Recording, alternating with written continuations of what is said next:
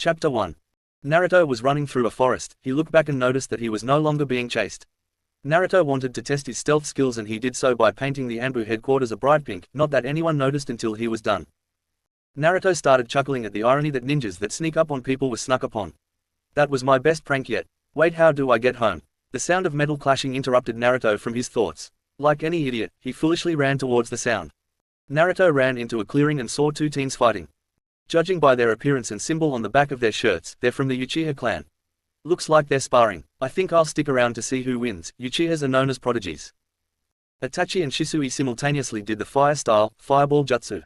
Naruto jumped back from the intensity of the flames colliding. Whoa, that was cool. Oh, it's over. Looks like the cool-looking one beat the scary-looking one. Shisui dropped the kunai he had against Itachi's throat and held out his hand, which Itachi took immediately, and helped him up.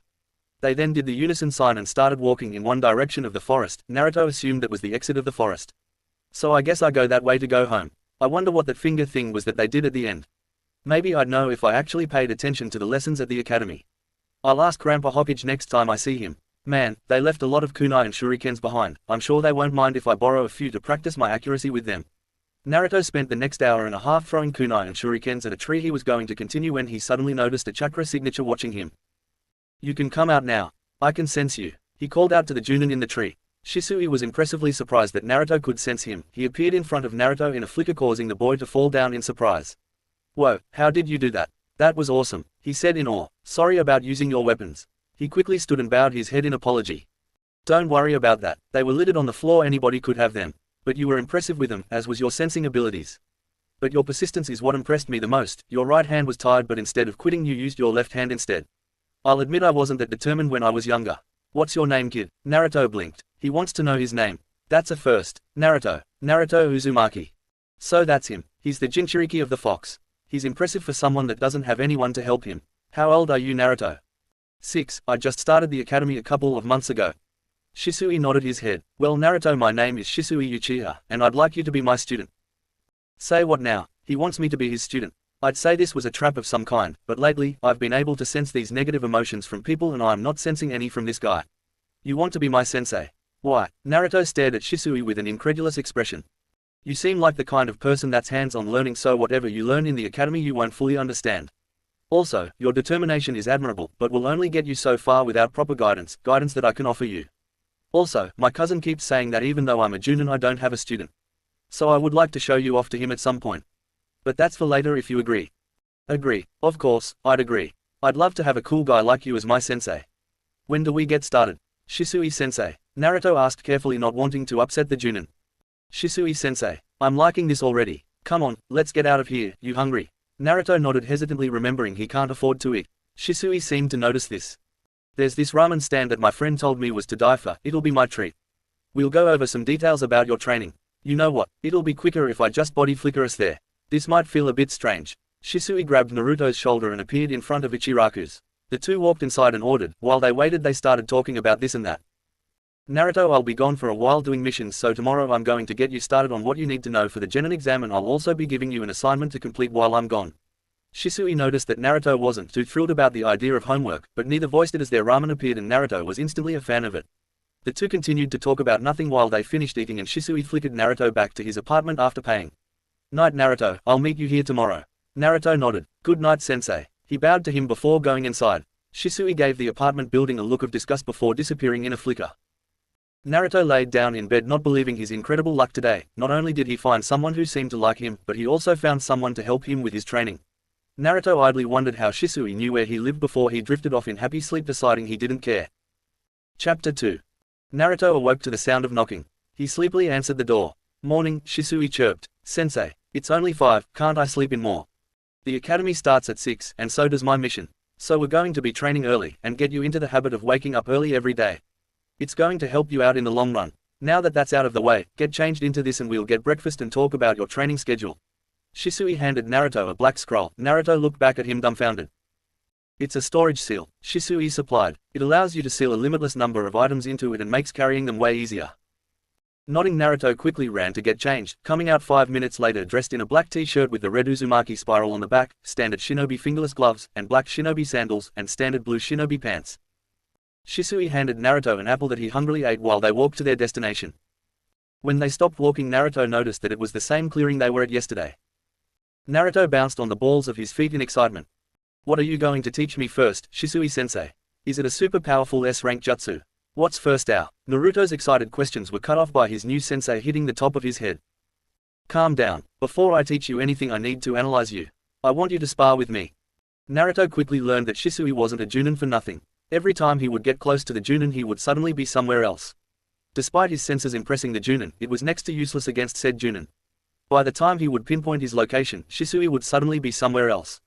Naruto might as well have been tracking the wind for good as he was doing. Alright, that's enough. No, I can keep going, I can do this. Naruto insisted. I got what I needed to get you started. Don't worry, you'll get another chance. Naruto nervously back up, not liking the look Shisui had on his face. Alright, to start you off, I'm going to teach you the basics you need to graduate from the academy. After you get that down, I'll teach you more advanced stuff. However, that spar took up all our free time. I'm going to show you how to do the first jutsu, then you'll have one try at it, then I'm transporting you to the academy. Understand? Naruto nodded. Shisui did the transformation jutsu and turned into a perfect copy of Naruto, before turning back into himself. The trick to this jutsu is to channel chakra all around your body and imagine the object or person you want to turn into. The more experienced ninjas can copy the word pattern and personality, but we'll work on that at a later date. For now, try to turn into me. Naruto nodded and put his hands into the ram hand seal copying Shisui, and tried to transform into him, but the height was off. He nervously ran his hands through his hair. Do it again, there's something I want to check. This time use the smallest amount of chakra you can, Shisui ordered while activating his Sharingan. Naruto's eyes widened at seeing the new eyes but complied with the same effect. Shisui deactivated his Sharingan. Was the smallest amount you could get it? Naruto nodded, confused about why he wanted to use less chakra. Thought so. Naruto, you have a lot of chakra, twice as much as I do. This will help you out in the long run but not in the academy. Due to the amount of chakra you have, it's going to be hard to control it, so learning jutsu will have to wait until you can get better control of your chakra. How do I do that? Like this. Shisui vertically walked up the trunk of a random tree and stood upside down on a branch. The trick to this is to channel chakra into the balls of your feet, the hardest place to do so, and stick them to a surface. In this case, it's the trunk of a tree. I want you to give this a try when you're done at the academy for the day. Also pay attention to the lessons. I don't want my student to be an idiot. I want you to keep trying until you get all the way to the top. Once you get it down, try it on water. It's the next chakra control exercise. Now let's get you to the academy. Don't want you to be late. One last thing, don't tell anyone about me. Don't let anyone know that you're being trained by a Junin. It could cause some problems for both of us, as well as Lord Third. Naruto nodded, hardly understanding. The next thing he knew, he was in front of the academy and Shisui was nowhere to be found. He barely got to his class on time. Iruka told him to sit down. Naruto was going to sit in his normal seat in the back but remembered his sensei's instructions and decided to sit in the front and pulled out a blank scroll he had, ready to take notes. Man, that lesson was boring. When are we going to need to know that the Senju and Uchiha clans founded the village? It was interesting to hear that the two enemies became best friends, although short-lived. Naruto mumbled while he started walking home, blissfully ignoring the glares. He made it home and noticed a scroll on the table. Knowing it wasn't there when he left, he figured it was from Shisui and opened it. Naruto, I want you to practice waking up early. Wake up at 5 and practice the tree walking exercise. Also, do the physical training I told you about last night. Do both before and after the academy. Also keep trying the transformation jutsu. I'll be back in a week. I left you food to last you until I get back. Please follow the rules. Also, when I said to pay attention to the lessons, I didn't mean for you to look at that indigo-haired girl next to you when your teacher was busy. Although I like that you took notes, we'll talk more when I get back. Good luck, Shisui. Naruto blushed at being caught looking at his newfound secret crush. How did he know? Naruto thought, bewildered. Naruto headed to the clearing that he named training spot. After he did the exercises Shisui told him to do, he tried to walk up the tree. He quickly found out that too much chakra will force you off the tree. He figured that too little will cause you to slip. He got about halfway up the tree by the time he called it a day and headed home. Naruto finally did it. He finally got all the way up the tree. He finally got up at 6 on the dot. He finally was able to get the transformation jutsu right. It took an entire week, but he managed to complete everything his sensei tasked him. Finally, sensei should be getting back soon. I'll be able to show him. Naruto's musings were interrupted by the sound of clapping. Naruto turned around and saw a smoking and clapping Shisui. Sensei, you're back. I did it. It would appear so. You got it down quicker than I anticipated. Looks like we can move on. Shisui stopped clapping and turned serious. Right, what's next? Shisui did the hand seals for the clone jutsu. Shadow clone jutsu. An identical copy of the Junin appeared in a flicker. This is a shadow clone. It's an advanced cloning jutsu. It's usually forbidden to attempt for anyone under Junin rank, but I got permission from the Hokage to teach you. I noticed that you simply have far too much chakra to ever do the ordinary clone jutsu. Over time and practice and chakra control you may be able to other D-rank jutsu down, but the ordinary clone jutsu is out of the question. So to do this, you need to imagine your chakra being split into 2 halves or more depending on how many you want to make. Let's start on one for now. The hand seals are Ram Snake Tiger. If you go to Narutopedia and look up the Shadow Clone Jutsu under the hand seal box it says Clone Seal, which is Ram Snake Tiger. Also, Kakashi in a filler episode made the same hand seals to create a shadow clone. Naruto had some trouble at first but he eventually got it down. Shisui then started to explain the secret of the jutsu to him. As well as what chakra is and the 5 types of chakra natures, they tested his affinity and found out that it's wind. Shisui started to explain the replacement jutsu to him when they were interrupted. Canon Naruto didn't know what it was, a 5-year younger child had to explain it to him. This Naruto is smarter because he would listen to the adults' conversation, that's why he knows some stuff his older counterpart didn't. Shisui is explaining it in full detail to make sure he understands completely. Shisui. Itachi. Shisui questioned. My father is holding a meeting. On such short notice. Yeah, who's the kid? This is Naruto, he's my new student. Naruto, this is my cousin and best friend, Itachi Uchiha. Hi, nice to meet you, sir. Naruto greeted from behind Shisui. Likewise, Itachi responded. Well, if Lord Fugaku's calling a mandatory meeting, I have no choice. Sorry Naruto, but I have to go. Keep practicing the jutsu, and practice water walking before you go home. I'll talk to you in the morning about the next step in your training. Yes, sensei. Naruto started to do as he was told, while the Uchiha duo went on their way to the meeting. Are you sure you know what you're doing, Shisui? Itachi questioned. What do you mean? And Uchiha training the Nine-Tails Jinchuriki. The rest of the clan will be livid. That boy needs someone to be there for him, especially after what happened during the Kyuubi festival last year. I'm upset that I was too busy to do this earlier. The genjutsu illusion I put on him wasn't that strong, it'll break if he suffers enough trauma, again I mean. Itachi nods and the two head into the meeting place. It's been over a year since Naruto became Shisui's apprentice and he's learned a lot. Shisui managed to drill his energetic nature out of him. Naruto also picked up kenjutsu, sword, and fuinjutsu, seals. The kid seemed to be a natural at the art of sealing.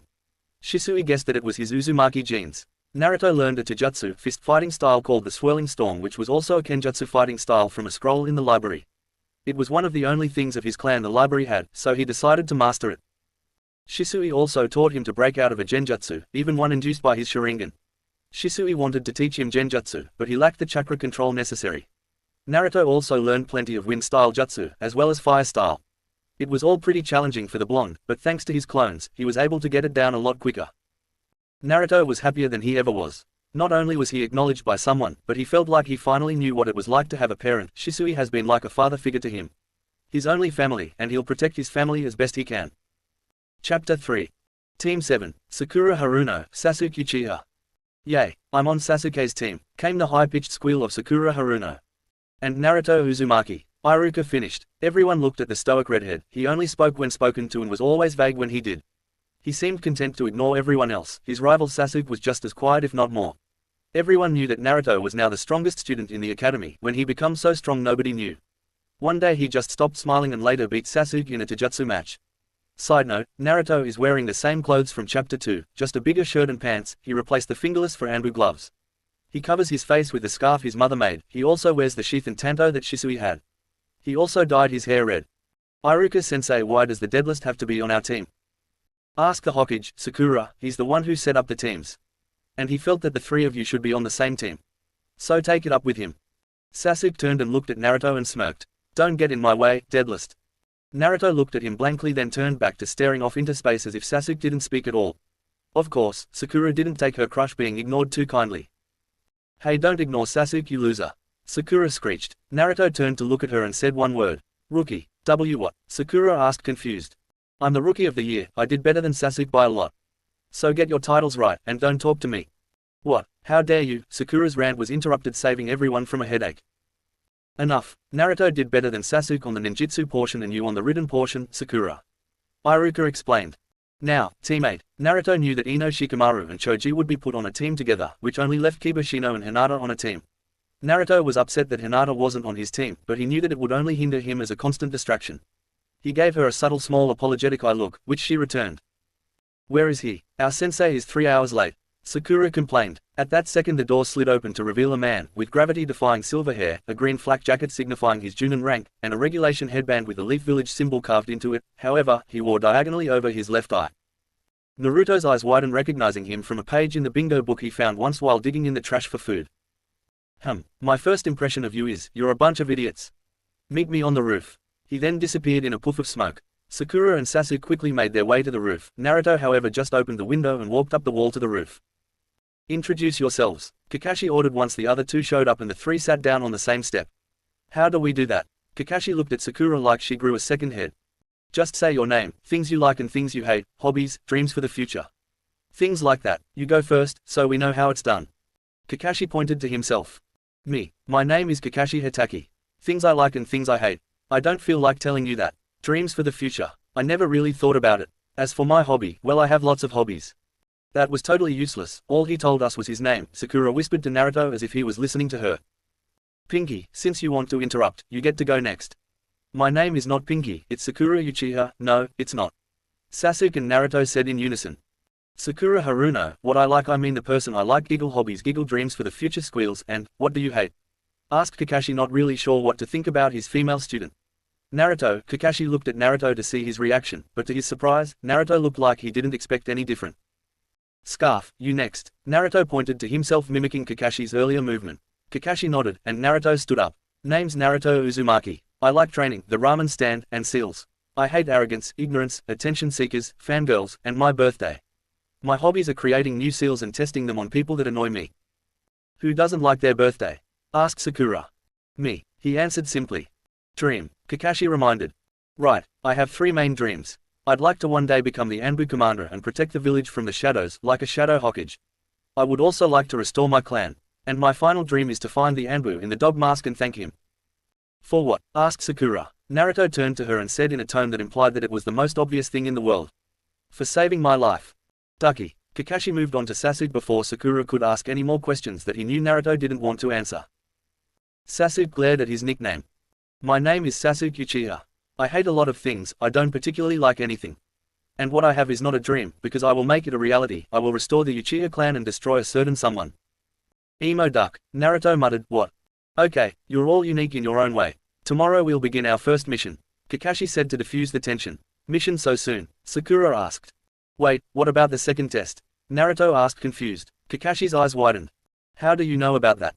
I didn't, I just figured that there has to be one. The test was too basic and too easy to let us into the shinobi world.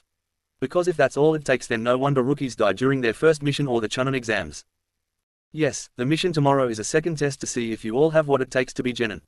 Of the 27 graduates, only 9 actually become genin, the other 18 are weeded out and sent back to the academy. What? But what was the genin exam for? We worked hard to get here. Oh, that was a test to find the ones that might become genin, or not. Kakashi paused to let that sink in. I make the rules, this is a fight or flight pass-fail test. And the chance that you fail is at least 66%. Meet me tomorrow at training ground 7 at 5 AM, bring your ninja tools and don't be late. Also, don't eat breakfast otherwise you might puke. Kakashi puffed into smoke, leaving the genin to be alone. Of all Junins it had to be him, we really lucked out. Naruto chuckled to himself. What are you talking about? Asked Sasuke. He said his name was Kakashi Hatake. So, asked Sakura. You really don't know who that is? He's one of the 4th Hokage's students, he's the son of the White Fang, a shinobi that was said to be the 4th Hokage before Minato Namikaze was even a candidate. He's also one of the strongest Junins in the Leaf. He's most likely next in line for the Hokage seat if anything happens to Lord Third. Naruto stood up and walked to the railing. Well, I better get going, I'm not going to get stronger if I don't train. Before they could say a word, Naruto disappeared in a flicker. A body flicker. See what I did there? Chapter 4. Team 7, Sakura Haruno, Sasuke Uchiha. Yay, I'm on Sasuke's team, came the high-pitched squeal of Sakura Haruno. And Naruto Uzumaki. Iruka finished. Everyone looked at the stoic redhead, he only spoke when spoken to and was always vague when he did. He seemed content to ignore everyone else, his rival Sasuke was just as quiet if not more. Everyone knew that Naruto was now the strongest student in the academy, when he became so strong nobody knew. One day he just stopped smiling and later beat Sasuke in a taijutsu match. Side note, Naruto is wearing the same clothes from chapter 2, just a bigger shirt and pants. He replaced the fingerless for Anbu gloves. He covers his face with the scarf his mother made, he also wears the sheath and tanto that Shisui had. He also dyed his hair red. Iruka-sensei, why does the deadlist have to be on our team? Ask the Hokage, Sakura, he's the one who set up the teams. And he felt that the 3 of you should be on the same team. So take it up with him. Sasuke turned and looked at Naruto and smirked. Don't get in my way, deadlist. Naruto looked at him blankly then turned back to staring off into space as if Sasuke didn't speak at all. Of course, Sakura didn't take her crush being ignored too kindly. Hey, don't ignore Sasuke, you loser. Sakura screeched. Naruto turned to look at her and said one word. Rookie. What? Sakura asked confused. I'm the rookie of the year, I did better than Sasuke by a lot. So get your titles right, and don't talk to me. What? How dare you? Sakura's rant was interrupted, saving everyone from a headache. Enough. Naruto did better than Sasuke on the ninjutsu portion and you on the written portion, Sakura. Iruka explained. Now, teammate. Naruto knew that Ino Shikamaru and Choji would be put on a team together, which only left Kibashino and Hinata on a team. Naruto was upset that Hinata wasn't on his team, but he knew that it would only hinder him as a constant distraction. He gave her a subtle small apologetic eye look, which she returned. Where is he? Our sensei is 3 hours late. Sakura complained. At that second the door slid open to reveal a man, with gravity-defying silver hair, a green flak jacket signifying his Junin rank, and a regulation headband with the Leaf Village symbol carved into it. However, he wore diagonally over his left eye. Naruto's eyes widened, recognizing him from a page in the bingo book he found once while digging in the trash for food. My first impression of you is, you're a bunch of idiots. Meet me on the roof. He then disappeared in a puff of smoke. Sakura and Sasuke quickly made their way to the roof. Naruto however just opened the window and walked up the wall to the roof. Introduce yourselves, Kakashi ordered once the other two showed up and the three sat down on the same step. How do we do that? Kakashi looked at Sakura like she grew a second head. Just say your name, things you like and things you hate, hobbies, dreams for the future. Things like that. You go first, so we know how it's done. Kakashi pointed to himself. Me. My name is Kakashi Hitaki. Things I like and things I hate. I don't feel like telling you that. Dreams for the future. I never really thought about it. As for my hobby, well, I have lots of hobbies. That was totally useless. All he told us was his name, Sakura whispered to Naruto as if he was listening to her. Pinky, since you want to interrupt, you get to go next. My name is not Pinky, it's Sakura Uchiha. No, it's not. Sasuke and Naruto said in unison. Sakura Haruno, what I like I mean the person I like, giggle hobbies, giggle dreams for the future, squeals, and, what do you hate? Asked Kakashi, not really sure what to think about his female student. Naruto. Kakashi looked at Naruto to see his reaction, but to his surprise, Naruto looked like he didn't expect any different. Scarf, you next. Naruto pointed to himself, mimicking Kakashi's earlier movement. Kakashi nodded, and Naruto stood up. Name's Naruto Uzumaki. I like training, the ramen stand, and seals. I hate arrogance, ignorance, attention seekers, fangirls, and my birthday. My hobbies are creating new seals and testing them on people that annoy me. Who doesn't like their birthday? Asked Sakura. Me. He answered simply. Dream. Kakashi reminded. Right, I have 3 main dreams. I'd like to one day become the Anbu commander and protect the village from the shadows like a shadow Hokage. I would also like to restore my clan. And my final dream is to find the Anbu in the dog mask and thank him.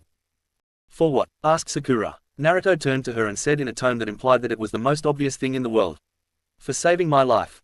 Ducky. Kakashi moved on to Sasuke before Sakura could ask any more questions that he knew Naruto didn't want to answer. Sasuke glared at his nickname. My name is Sasuke Uchiha. I hate a lot of things, I don't particularly like anything. And what I have is not a dream, because I will make it a reality. I will restore the Uchiha clan and destroy a certain someone. Emo duck. Naruto muttered, what? Okay, you're all unique in your own way. Tomorrow we'll begin our first mission. Kakashi said to diffuse the tension. Mission so soon? Sakura asked. Wait, what about the second test? Naruto asked confused. Kakashi's eyes widened. How do you know about that? I didn't, I just figured that there has to be one. The test was too basic and too easy to let us into the shinobi world. Because if that's all it takes, then no wonder rookies die during their first mission or the Chunin exams. Yes, the mission tomorrow is a second test to see if you all have what it takes to be genin. Of the 27 graduates, only 9 actually become genin, the other 18 are weeded out and sent back to the academy. What? But what was the genin exam for? We worked hard to get here. Oh, that was a test to find the ones that might become genin, or not. Kakashi paused to let that sink in. I make the rules, this is a fight or flight pass-fail test. And the chance that you fail is at least 66%. Meet me tomorrow at Training Ground 7 at 5 AM, bring your ninja tools and don't be late. Also, don't eat breakfast otherwise you might puke. Kakashi puffed into smoke, leaving the genin to be alone. Of all Junins it had to be him, we really lucked out. Naruto chuckled to himself. What are you talking about? Asked Sasuke. He said his name was Kakashi Hitaki. So, asked Sakura. You really don't know who that is? He's one of the 4th Hokage's students. He's the son of the White Fang, a shinobi that was said to be the 4th Hokage before Minato Namikaze was even a candidate. He's also one of the strongest Junins in the Leaf. He's most likely next in line for the Hokage seat if anything happens to Lord Third. Naruto stood up and walked to the railing. Well, I better get going, I'm not going to get stronger if I don't train. Before they could say a word, Naruto disappeared in a flicker. A body flicker. See what I did there? Chapter 5. This is Crow, status report. Fox in position, 5 meters from the target.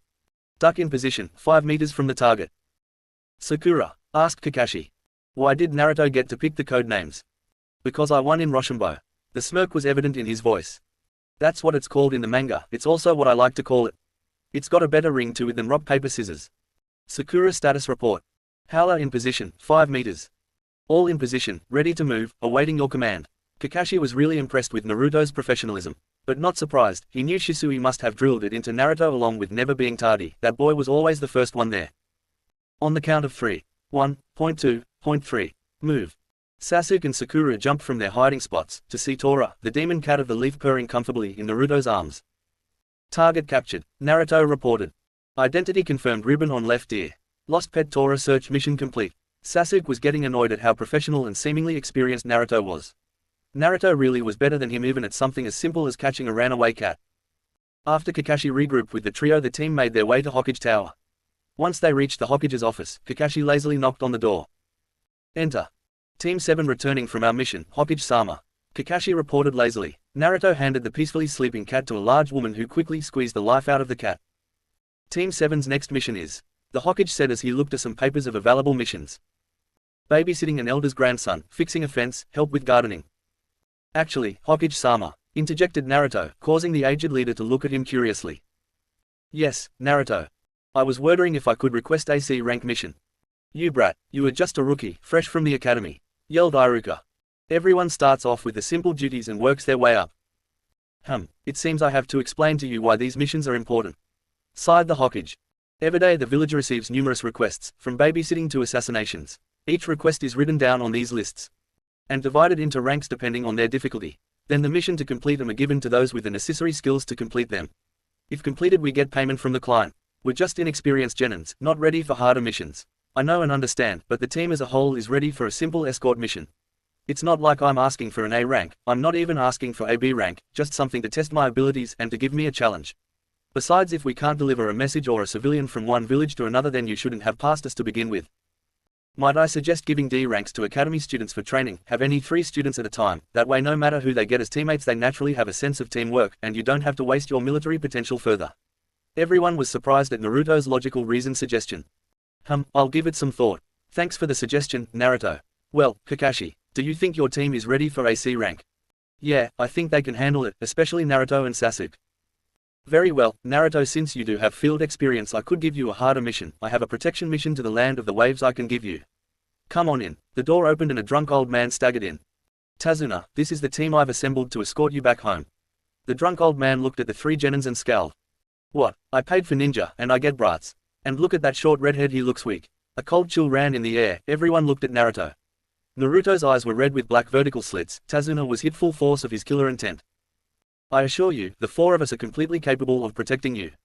Naruto's eyes faded back to their natural blue. But if you still feel uneasy, you can always get a refund, go ask another village for protection, however they charge more and they don't offer refunds. You could also go home by yourself, I'm sure there's not that many bandits in between here and the waves. What was that? Sakura asked. Don't worry about it, I'll explain it later. Kakashi attempted to reassure her. As my student said, you can ask for a refund, or even go by yourself. If there are no more problems, Team 7 will reassemble at the North Gate. Unless you're still unconvinced of our Abelites. Naruto looked at Tazuna, as if he was daring him. I'm convinced. Great, we'll reconvene in an hour.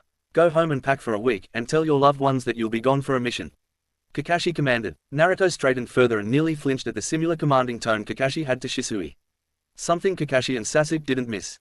Well, I guess that's settled. Team 7, you are dismissed. The Hokage announced. As the 3 genins turned to leave, the Hokage spoke again. Naruto, would you stay behind for a moment?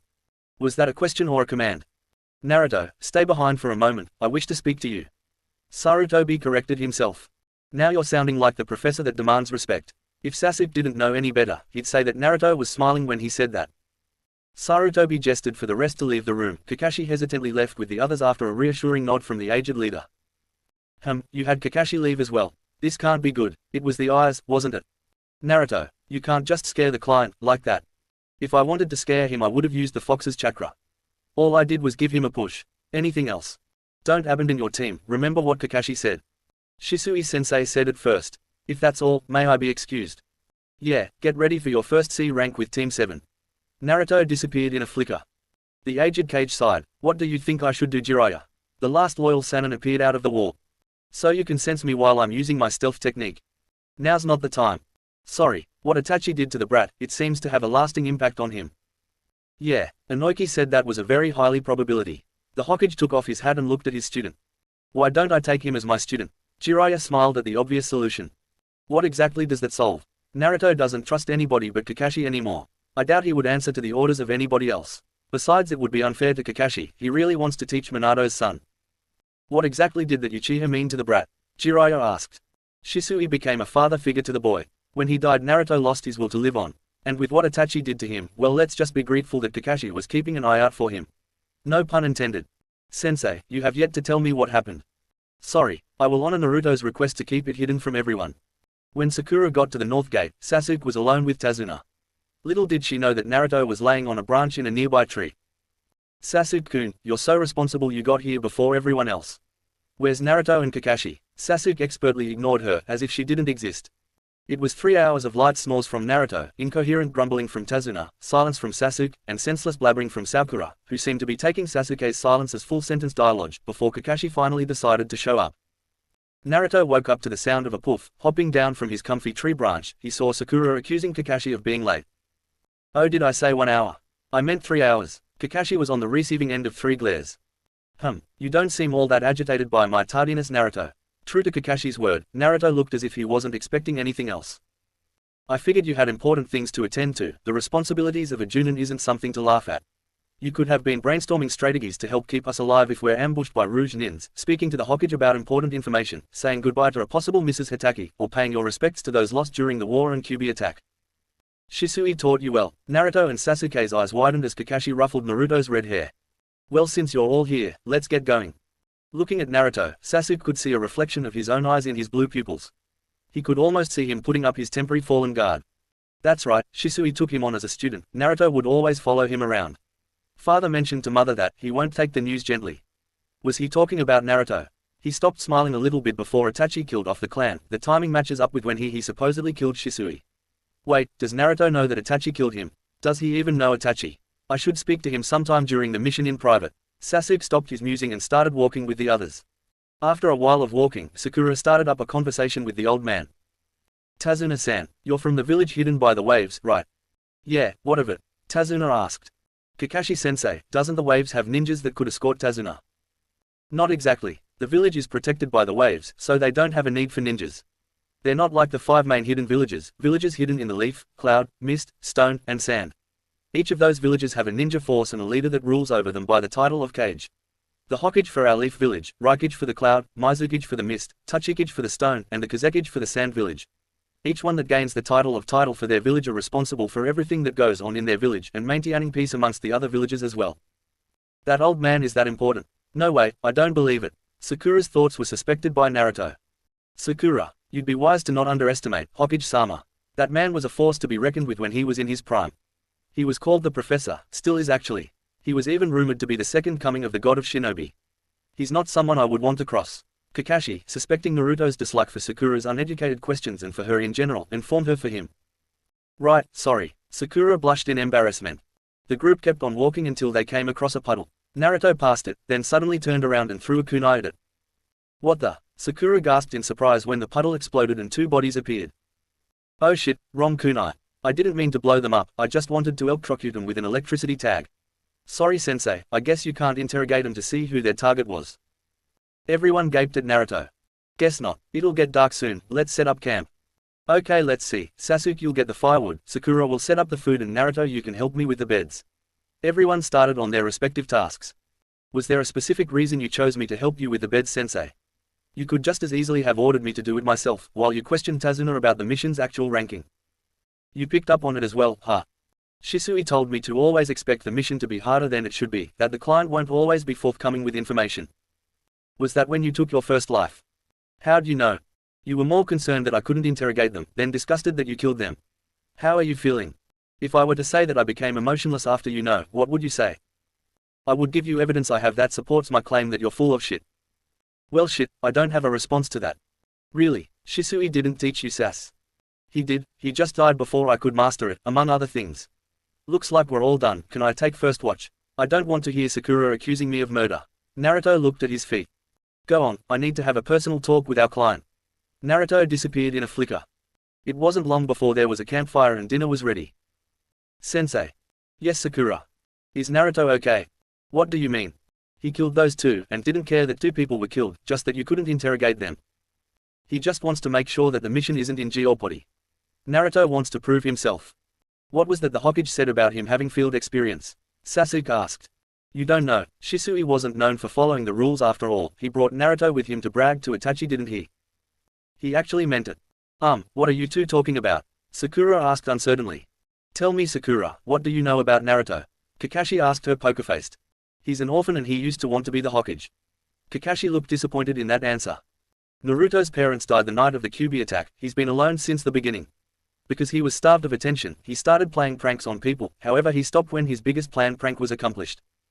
What was the prank, and why did he stop, if it was successful? He met my cousin, Shisui, I'm assuming. Sasuke guessed.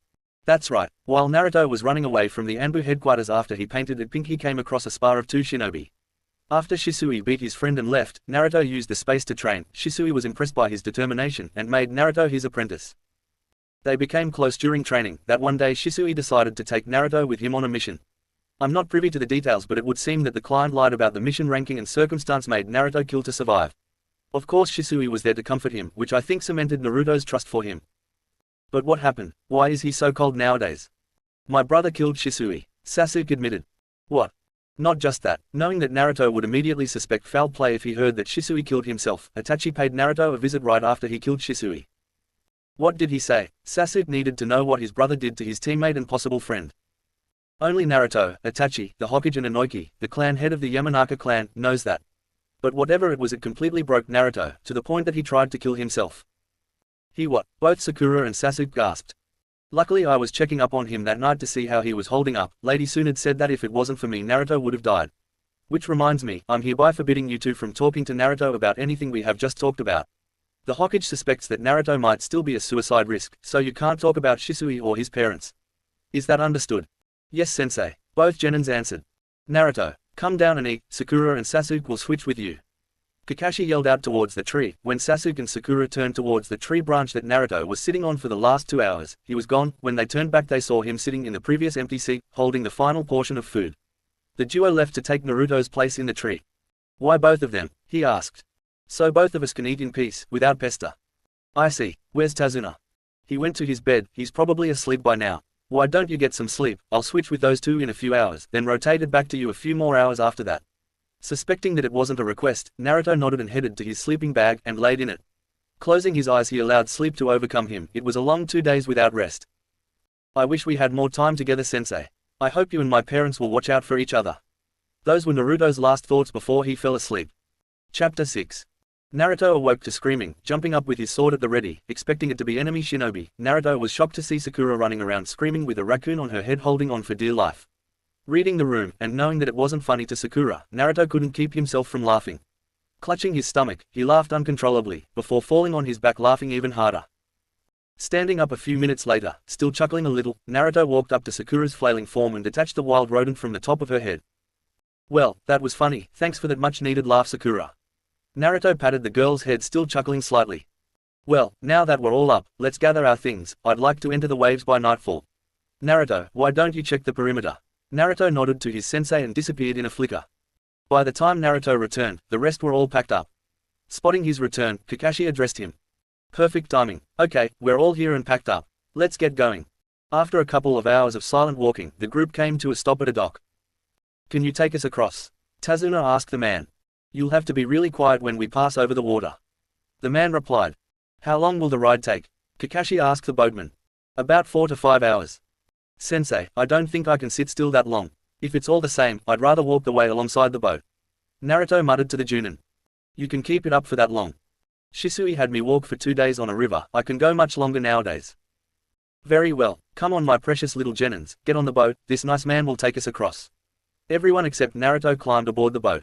Naruto stepped onto the water, and much to the shock of everyone but Kakashi, he didn't sink. Naruto, stop showing off. Sakura scolded. It's just a chakra control exercise. Every shinobi can do it, Naruto responded as if it was the most obvious thing in the world. Naruto, as you usually skip classes you wouldn't know, they don't teach chakra control exercises at that scale in the academy, Kakashi informed. I'm starting to see why the Hokage was reluctant to give us a C rank. Genins are supposed to be pathetically weak. I guess it's up to you to make sure we're strong enough to survive the ninja world, sensei. Well, as long as he can keep that up, I guess he doesn't need a C. Shall we get going? The boatman asked. Yes, let's go, Kakashi confirmed. As the boat slowly rowed across the river, Kakashi interrogated Tazuna and found out that a businessman by the name of Gato has hired rogue nins to assassinate him to prevent him from finishing his bridge. You lied to us, we're no longer obligated to escort you any further. Once we dock, you are on your own. My team isn't ready for a mission like this. But Kakashi-sensei, Naruto took care of the enemies. What's the problem? Well, you see Sakura.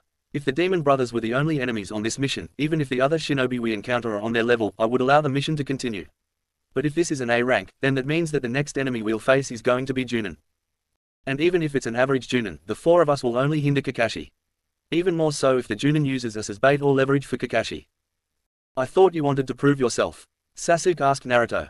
I do, but I'm not stupid, even I know that I can't beat a Junin, not one that won't have any qualms about killing me anyways. But with that being said, I believe we should stay to complete the mission.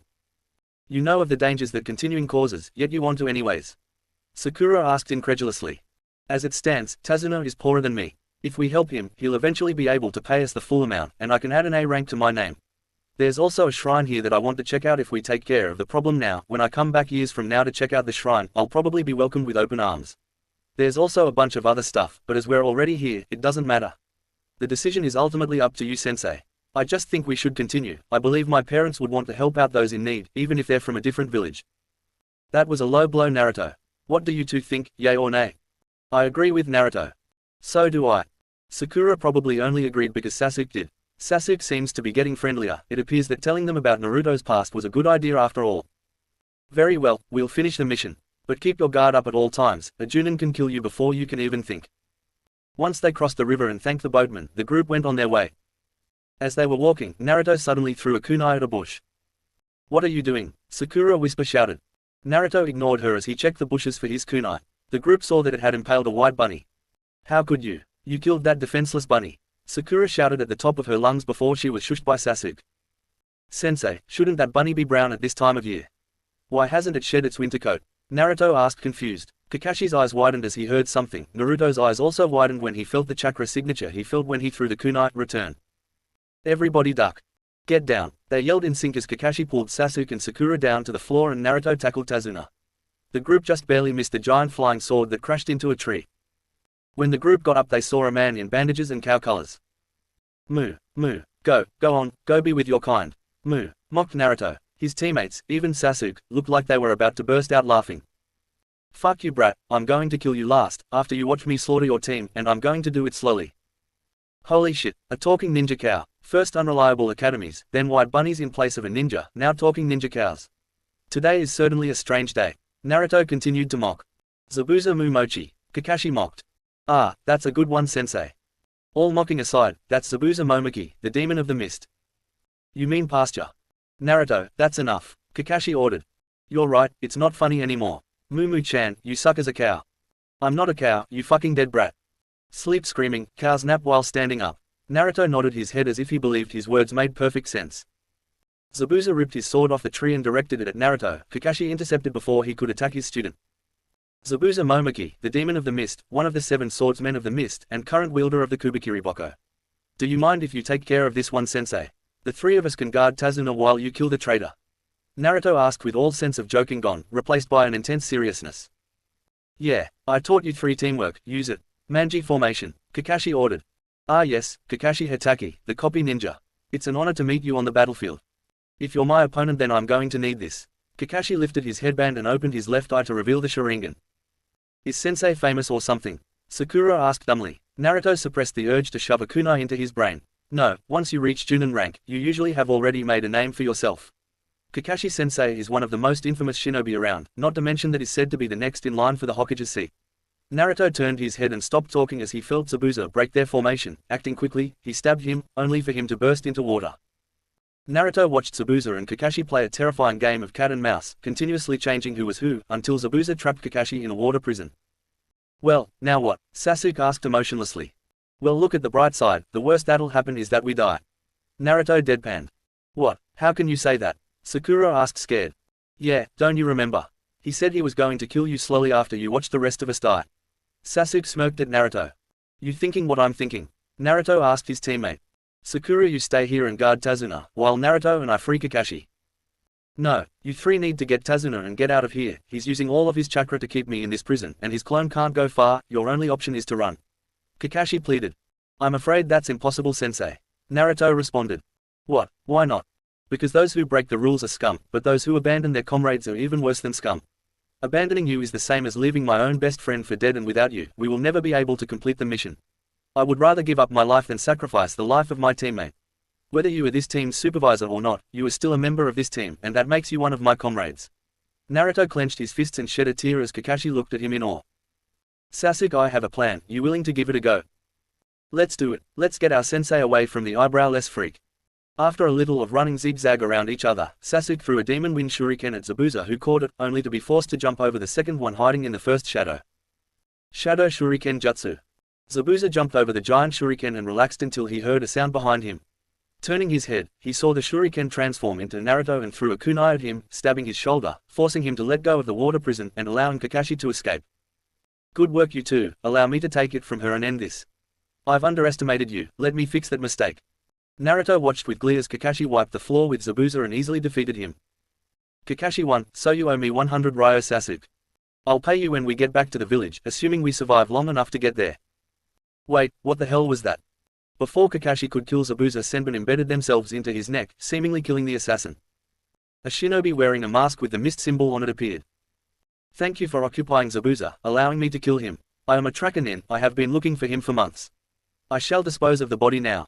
And with that, they were both gone. After a few moments of silence, Kakashi collapsed from exhaustion. Sensei, Sakura screamed. He's fine, he just collapsed from chakra exhaustion. The Sharingan shreds its user's chakra reserves. Uchihas have bodies and minds better equipped to utilize the Sharingan. Sasuke informed. How far is your house? Naruto asked Tazuna. Not very far. Lead the way, Sasuke helped me carry Kakashi. Kakashi woke up in a bed in a house he didn't recognize. He saw Sasuke and Sakura to his right. You're finally awake. Kakashi looked to his left and noticed Naruto sitting against the wall reading a familiar orange book. Hey, that's my book, give it back. Kakashi ordered as he sat up. Naruto sighed and walked over to Kakashi and handed his book over. Man, and I was just getting to the good part. Naruto complained. How long have I been out? And where are we? Tazuna's house. And you've been out for about a day. I see, I shouldn't have overused the Sharingan. I should have killed him sooner. About that, I don't think Zabuza's dead. I think that Hunter Nin was an imposter.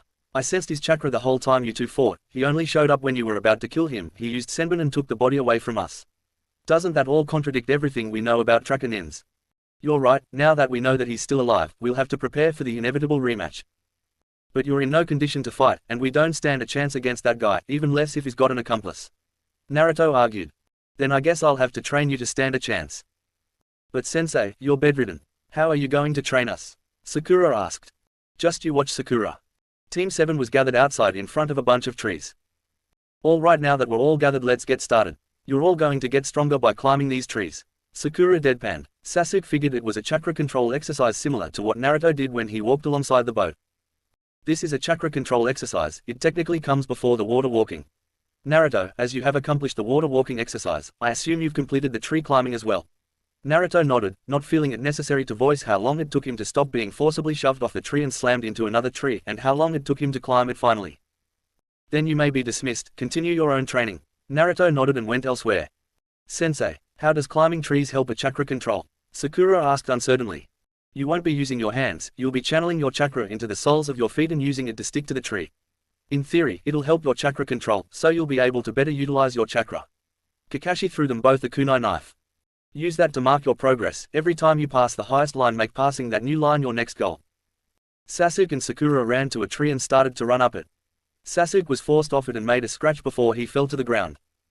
So if you channel too much chakra, you're forced off. I'm guessing too little and you don't stick. Sasuke thought out loud. Hey, this is kinda fun. Sakura cheered. Sakura managed to stick to the tree perfectly.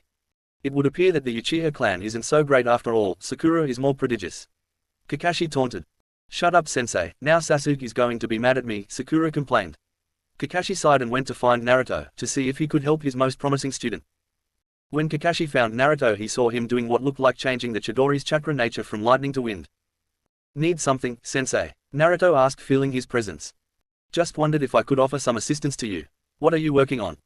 I'm trying to create a jutsu that takes nature and form to an ultimate level. The best I got, for now, is channeling my entire arm in wind chakra. Since you're offering your help, do you have any tips on how I should proceed? You're creating an original jutsu that's uniquely yours.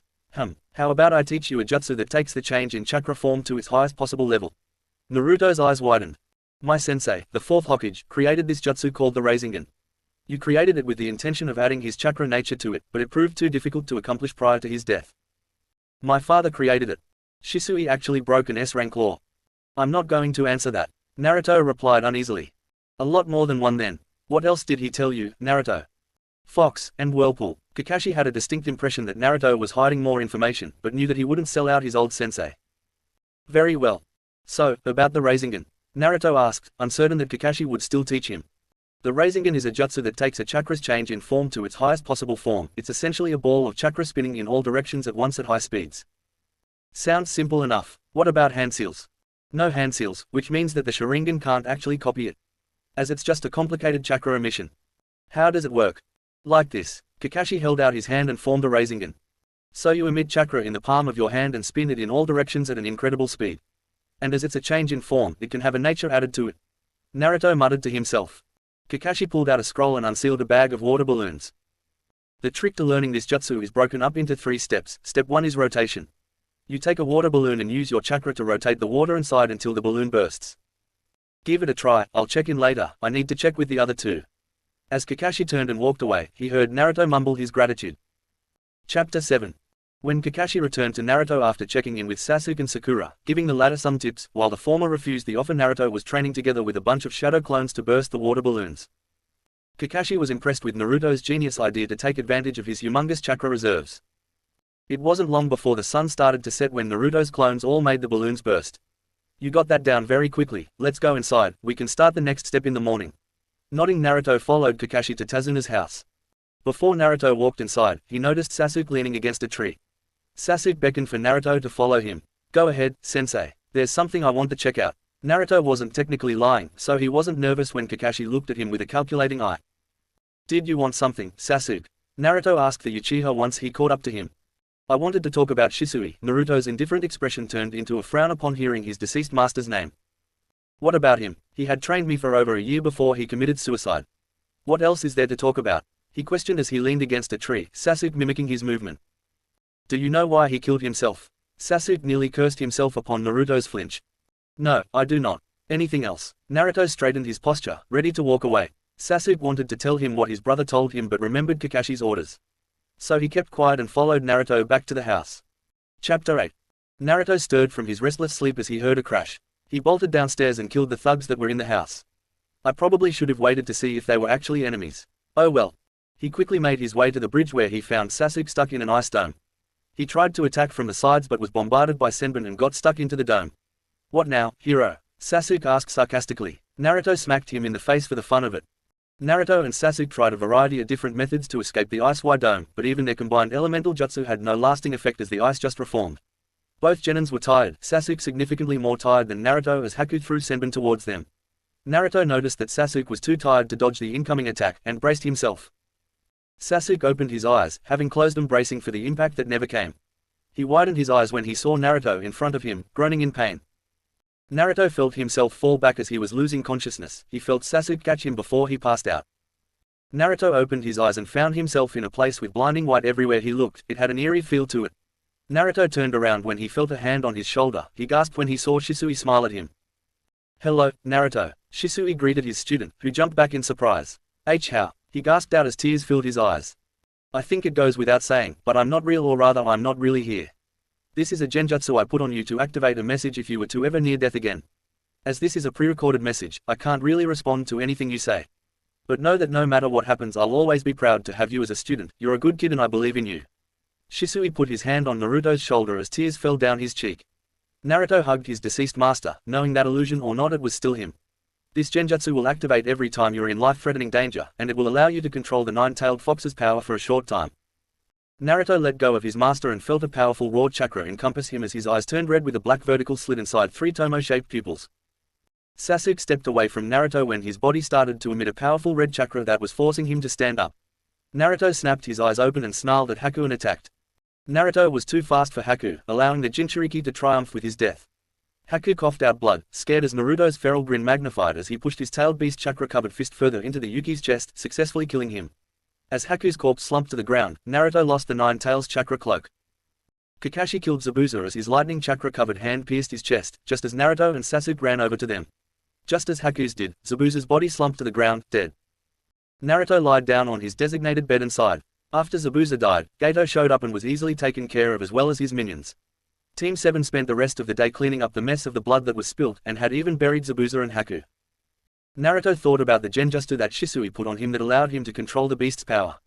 He wondered when the Junin put the genjutsu on him as he thought about his last interaction with the Uchiha, the last time he trained him.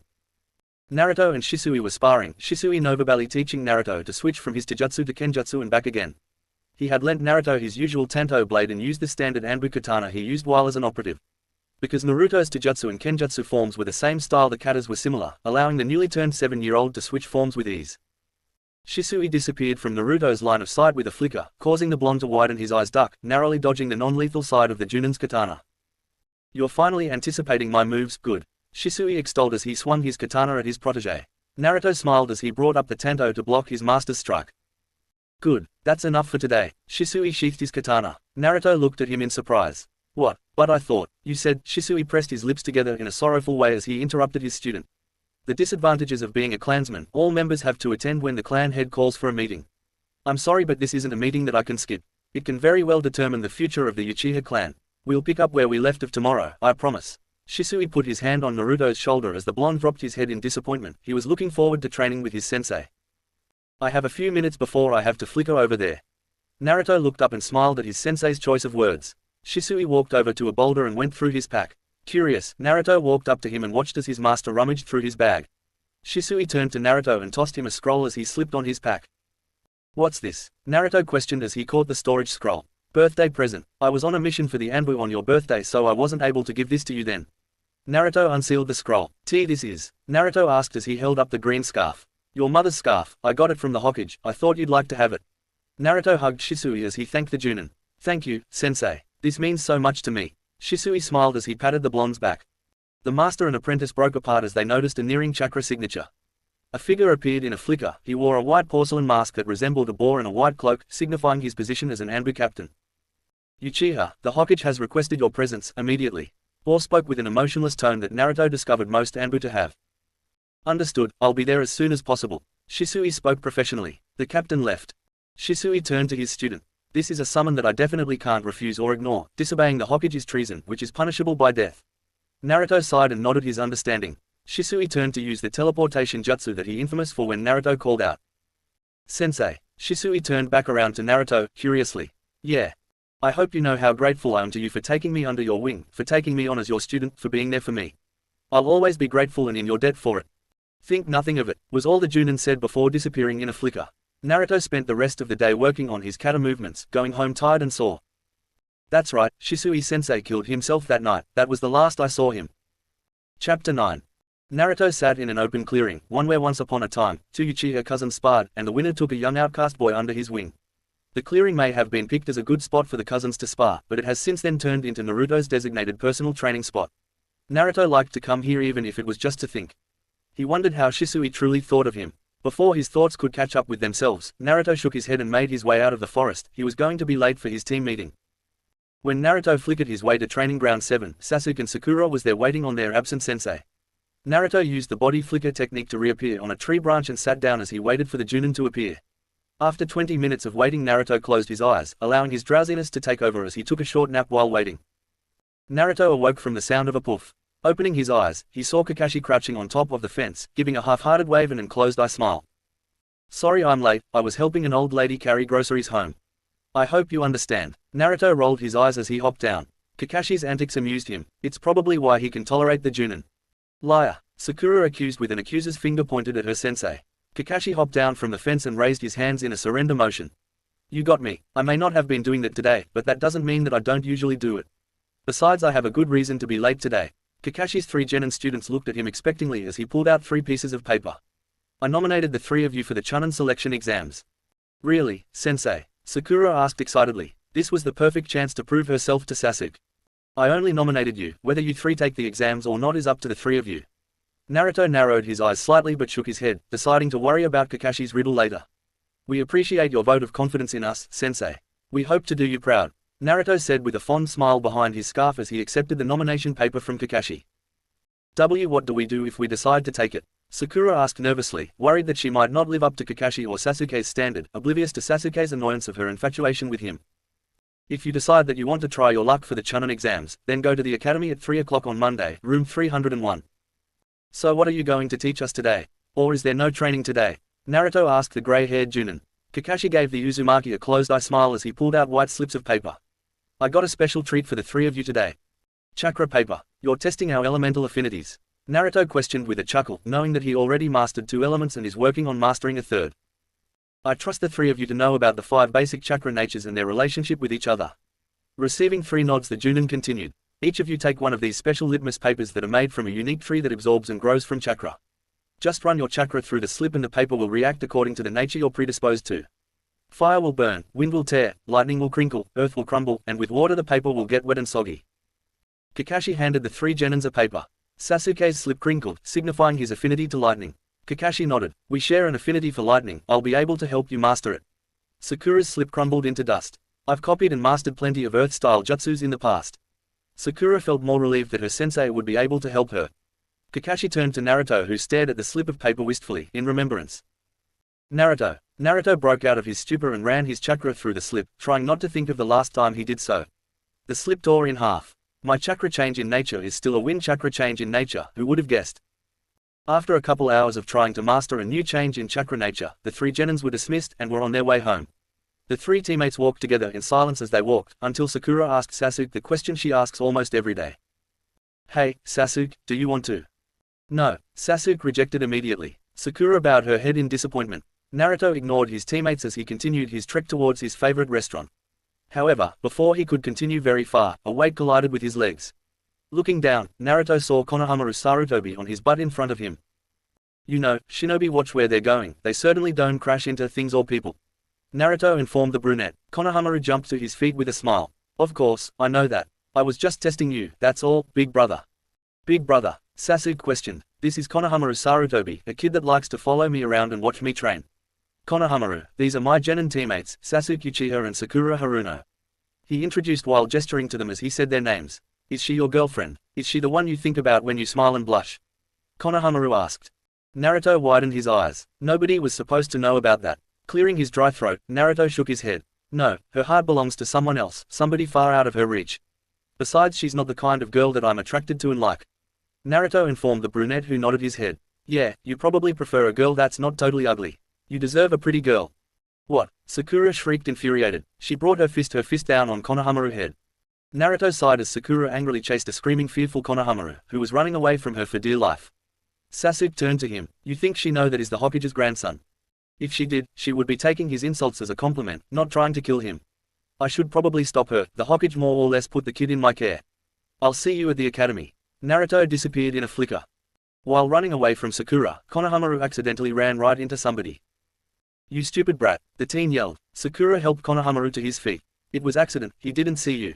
Naruto reasoned as he appeared. I don't care, I hate brats. The teen yelled as he picked up Konohamaru by the front of his shirt. The blonde girl behind the teen with a cat ear-shaped cowl whispered to him. Kankuro, don't, not here, not now, she ordered as she put her hand on her fan and looked at him challengingly. Kankuro sighed. Neither of his siblings were people he wanted to fight. His little brother, Gaara, was a powerful Jinchuriki that can easily kill people. While his older sister, Temari, is an intelligent and skilled Kunoichi that was cruel and brutal on the battlefield with her enemies. Right as he was about to put Konohamaru down, a rock hit him in the hand, forcing him to drop the academy student. Everyone looked up to the tree to see Sasuke sitting on a branch in a tree, tossing and catching another rock in his head. Naruto suddenly threw a shuriken at Sasuke, embedding itself into a wall of sand behind Sasuke. Sasuke turned around and saw a red-haired teen standing upside down on the branch above and behind him. Gee Gaara, Kankuro stuttered fearfully. Gaara glared at his brother. I told you to stay out of trouble. Why yeah, but Gaara cut his brother off. Shut up, before I kill you. Gaara disappeared in a flutter of sand and reappeared in the same flutter of sand in front of Naruto. Well, if it isn't Naruto Uzumaki. Gaara spoke apathetically. Gaara of the desert. Naruto's voice was dull of emotion. Kankuro and Temari held their breaths as Gaara opened both his arms and sand started swirling around. My old friend. Gaara finished with a grin. Friend? Temari questioned unsettled. Naruto smiled at his best friend. Hey buddy. The two Jinchurikis hugged as Gaara's sand encompassed the two of them. Buddy. Kankuro spluttered. Sasuke hopped down from his spot from the tree, just as confused as the rest of them. Naruto. You know this guy? Konohamaru questioned. Naruto and Gaara broke their embrace. Sure, Gaara's my best friend. Naruto declared, surprising everybody. Your best friend? Sakura questioned. How do you know him? How does he know you? Sasuke questioned. We met on my first mission, when I was 6. Sasuke's eyes widened. When he was 6. Then, that has to be the mission that Shisui took him on, the one that he took his first life. Now, as nice as it is to see you, Gaara, do you have a reason to be here? Gaara showed his only friend his passport for the Chunin exams, his siblings following suit. Naruto smirked at his friend. See you then.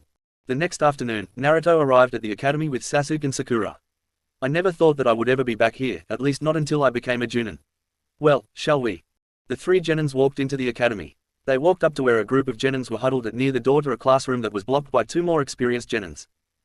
Trust us, this is for your own good, these exams are dangerous, you'll all get yourselves killed. One of the Genins told the group. Especially if you can't see through such an obvious genjutsu. Naruto muttered and continued onto the third floor and waited for his teammates. What took you two so long? He asked them when they met up with him after they exposed the genjutsu on the second floor. Just proving my superiority, Sasuke answered with a smirk. Naruto rolled his eyes and they made to go to the classroom. However, a voice stopped them. A teen clad in green spandex with a bowl cut approached them. You're Sasuke Uchiha, right? My name is Rock Lee and I challenge you to a fight. You know my name, yet you still challenge me. You're dumber than you look. Sasuke responded. Seriously, have you looked in the mirror lately? Naruto asked the green-clad Genin, who looked at Sakura and gave her a thumbs up. You're Sakura, right? Will you be my girlfriend? I will protect you with my life. No way, you're ugly. Lee bowed his head in disappointment. You're nowhere near the level to be challenging an elite such as the Uchiha name. Sasuke talked Lee down. What's the matter, Uchiha? Scared, Lee taunted. Fine, you want to be beaten so bad. I'll show you just how far beneath me you are. Only one kid our age is on my level. Sasuke shifted over to Naruto for a moment before he got into a fighting position. Don't underestimate him, Naruto advised his rival as he and Sakura waited on the sidelines. Just like Naruto suspected, Lee was a taijutsu specialist, and he was too fast for Sasuke to react to even if his eyes could follow his movements. Lee unwrapped his hand and trapped Sasuke in them, taking him with him as he started spinning toward the ground. Before they could impact with the ground, Naruto separated them, letting Sasuke fall for Sakura to catch. Grabbing Lee by the throat, he shoved him to the wall, menacingly. You could have killed him with that kinjutsu, and for what? To prove that a loser can beat a prodigy. I should report you to the Hokage and have you expelled as a shinobi for what you just did. What? Naruto. Naruto let go of taijutsu specialist and put his hands in his pockets to keep him from killing Lee. Turning to his teammates, Naruto started to walk away. Let's go, we're going to be late, I don't think they'll accept tardiness. The team ran into Kakashi who told them that the Chunin exams was about teamwork. They entered the classroom and was instantly met with their previous classmates that passed the Genin exams. What a drag, you guys are taking this too. Shikamaru Nara asked as he and his teammate, Choji Akamaki walked over to them, their other teammate, Ino Yamanaka already being attached to Sasuke's back, until he threw her off. So all the rookies reconnected, again. The 6 of them turned and saw Team 8 approaching them. Naruto ran his hand through his hair in an attempt to make it appear neater as his secret girlfriend, Hinata Hyuga, and her team walked up to them. After a while of conversing and catching up among friends, Naruto and Hinata subtly flirting on the sidelines, everyone else forgetting them, a grey-haired teen approached them. Hey, you guys should quiet down. Who the hell are you? I'm Kabuto Yakushi, and I think I can help you guys. You see, I've taken these exams 7 times, I've become something of a veteran, I can give you rookies some information so you stand a much better chance. What kind of information does somebody that failed to become a Chunin almost 4 years in a row have? Naruto questioned bluntly. Kabuto pulled out a deck of blank cards. I call these my ninja info cards. Kabuto informed as he crouched down as he set the deck on the ground. And I'd say the sky is blue, and grass is green. And that you're wasting our time with your blank cards. Naruto spoke apathetically. They'll appear blank until I channel my chakra into them. Do you have any individuals that worry you? What do you have on Gaara of the desert from the sand, Rock Lee from the leaf, and Naruto Uzumaki also from the leaf? You know their names, that makes this easier. Kabuto pulled out a random card. Let's see, Gaara of the sand, Kazekage's youngest son, his teammates are his elder sibling, he's gone on 30 C ranks and 10 B rank missions, most impressive, he has no D ranks on file, that's unheard of. Kabuto put the card back and picked up a new card. Rock Lee, a relatively unimpressive shinobi, he can't mold chakra, only talent relies into jutsu. 30D ranks and 10C rank missions. Doesn't sound like anybody to worry about. Kabuto again replaced the card for another. Naruto Uzumaki, 30D ranks 15C ranks and has even completed an A rank mission. You were certainly absent from the academy regularly, weren't you? Tied with Sasuke Uchiha to be Rookie of the Year. And is listed to be the current head of the Uzumaki clan. Most impressive, Uzumaki-sama. Before anybody could say anything, the doors opened and the proctor handed out numbers for everyone to sit in their assigned seat. He then passed out a written exam and explained the rules. They had an hour to finish the test, and the final question wouldn't be given until 15 minutes till the end. Chapter 10. Naruto listened as the proctor explained the rules for the second stage of the Chunin exams. It sounds easy enough. Each team was given one of two kinds of scrolls, and a team needs both kinds to pass, so a team needs to steal the matching scroll from another team by any means necessary, even killing them was allowed. Sasuke went to get the scroll for their team, and Naruto noticed a woman that was licking her lips, staring ravenously at the Uchiha. There was something about her that reminded him of the fox. Naruto preferred the fox over this creepy woman, he knew that much. After the bells rang, Team 7 made their way into the largest training ground.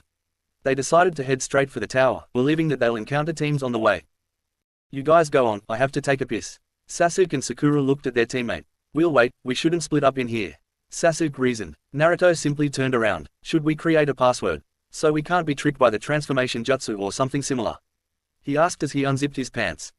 Hey, not in front of a lady. Go in the bushes. Naruto rolled his eyes as he ventured further away from his teammates, cursing as his bladder wouldn't relax for him to relieve himself. Just as Sasuke was about to check on Naruto, he walked back through the bushes and deadpanned at Sakura. I spelled out my name, happy now. As for the password you were talking about, it should be something only the three of us would know, something that we can ask and answer subtly without raising suspicion. Sasuke went on, subtly reaching for his kunai holster. Naruto nodded, agreeing with him. Before Sasuke could pull out a kunai to attack the imposter, Naruto was impaled through the back with a blade. I don't appreciate you sending your team to keep me busy while you impersonated me. Don't worry though, you'll rejoin your team in a second, in the afterlife. And with that, Naruto pulled out his tango from the Rain Ninja's back and cut off his head. Sasuke and Sakura held kunai at the ready when Naruto took a step forward. Prove you're you, and not another imposter. Sasuke demanded. Naruto kept his distance. You're a dick. How does that prove your identity? Do you know anybody else that has the guts to insult an Uchiha as I do? Sasuke deadpanned at Naruto. Fine, ask me a question. When was Shisui's birthday? October 19th, 9 days after mine. Sasuke narrowed his eyes. He graduated the academy at 7, became a Chunin the same year, became the youngest Junin in history at 11, followed by becoming the youngest Anbu to this date at the same age. He was a prodigy even amongst Uchiha standards. Tell me about his girlfriend. No. Fine, we need to find a team, and get a scroll. A ginormous gust of wind blew them apart. Sasuke and Sakura reconvened and looked for Naruto. He jumped out of nowhere. Wait, Sasuke called out as Naruto made his way to them, making the redhead stop. Not this again. Alright, ask another question. What's Shisui's summon? Naruto looked surprised. His summon? He questioned. Yeah, as his friend, surely you at least know it. Of course, his summoning contract was with the crows. Sasuke tossed a kunai at Naruto. Naruto turned into the creepy woman from before. How did you know, Sasuke? Sakura asked. Shisui Uchiha was Naruto Uzumaki's master, not his friend. I slipped up, Orochimaru admitted. Naruto would never divulge private information about his master, only information anybody could find out, such as the age he achieved his various ranks, and his birthday. He would never admit his summoning animal to anybody, even his master's cousin. As he refused to talk about whether or not Shisui of the body flicker had a girlfriend or not. Naruto groaned as he got to his feet. He froze as he got up upon the sight of the second largest creature he's ever seen. That snake is almost as big as a biju. Naruto heard growling in the back of his mind. Naruto jumped out of the way as the ginormous snake lurched forward, attempting to make a snack out of him. Naruto easily killed the snake and started sprinting in the direction of his teammates. He appeared just in time to see Orochimaru bite Sasuke on the neck. Orochimaru licked his lips at the sight of the Uzumaki. Naruto Uzumaki, long time no see. Naruto went pale, his eyes going wide as he recognized the rogue. Orochimaru. Naruto started to get encompassed by red chakra, his eyes going red with black slits, his teeth turning into canines, and his whisker birthmarks under his scarf becoming darker and more prominent. The chakra cloak that was covering and protecting Naruto started to make him look more like a fox as ears and a tail appeared.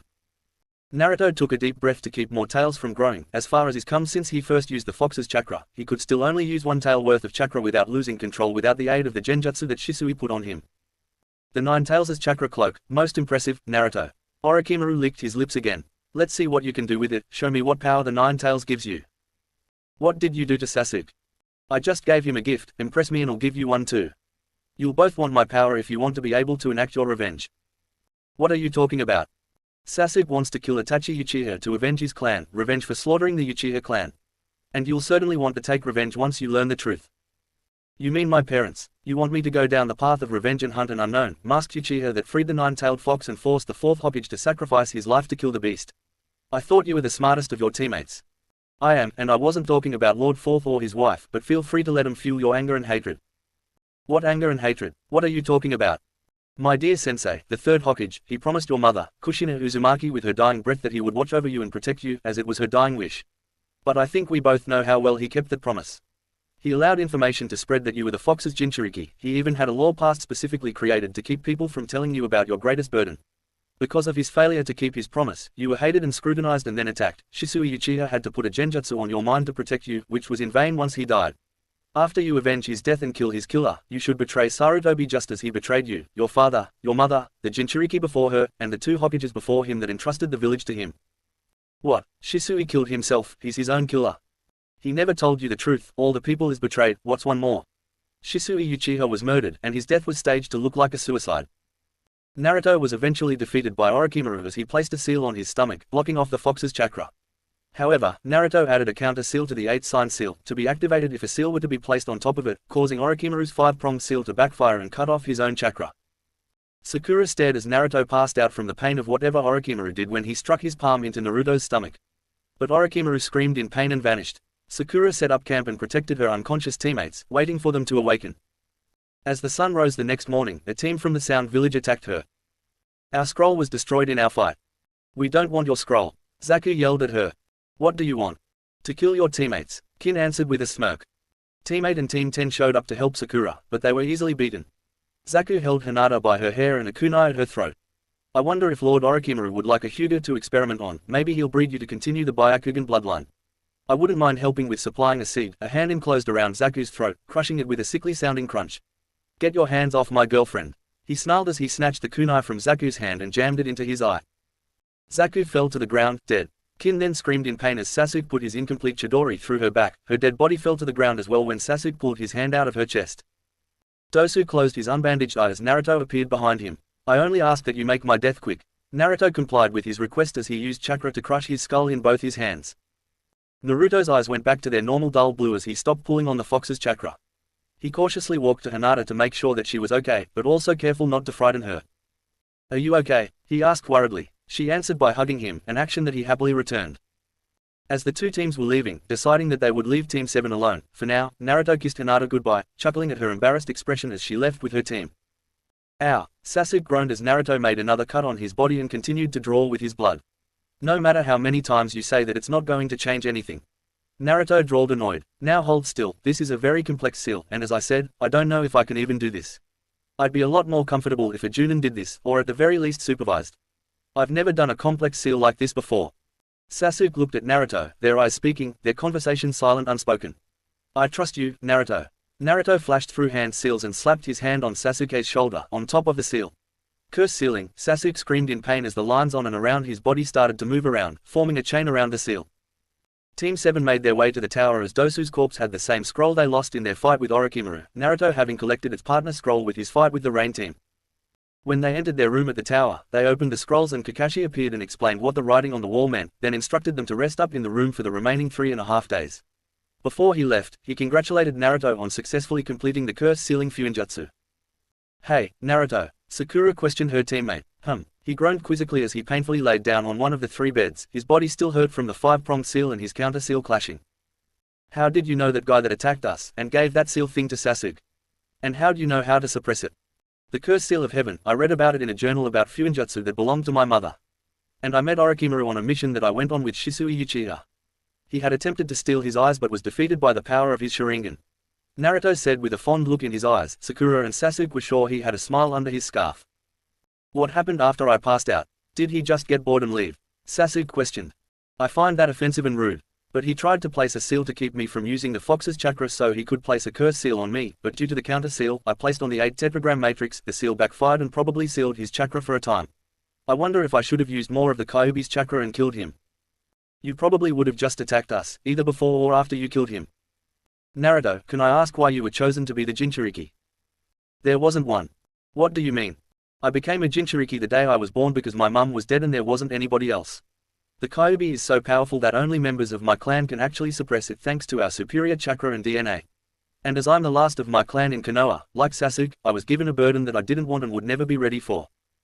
Hours later, Naruto lay awake and thought about what the Sannin told him.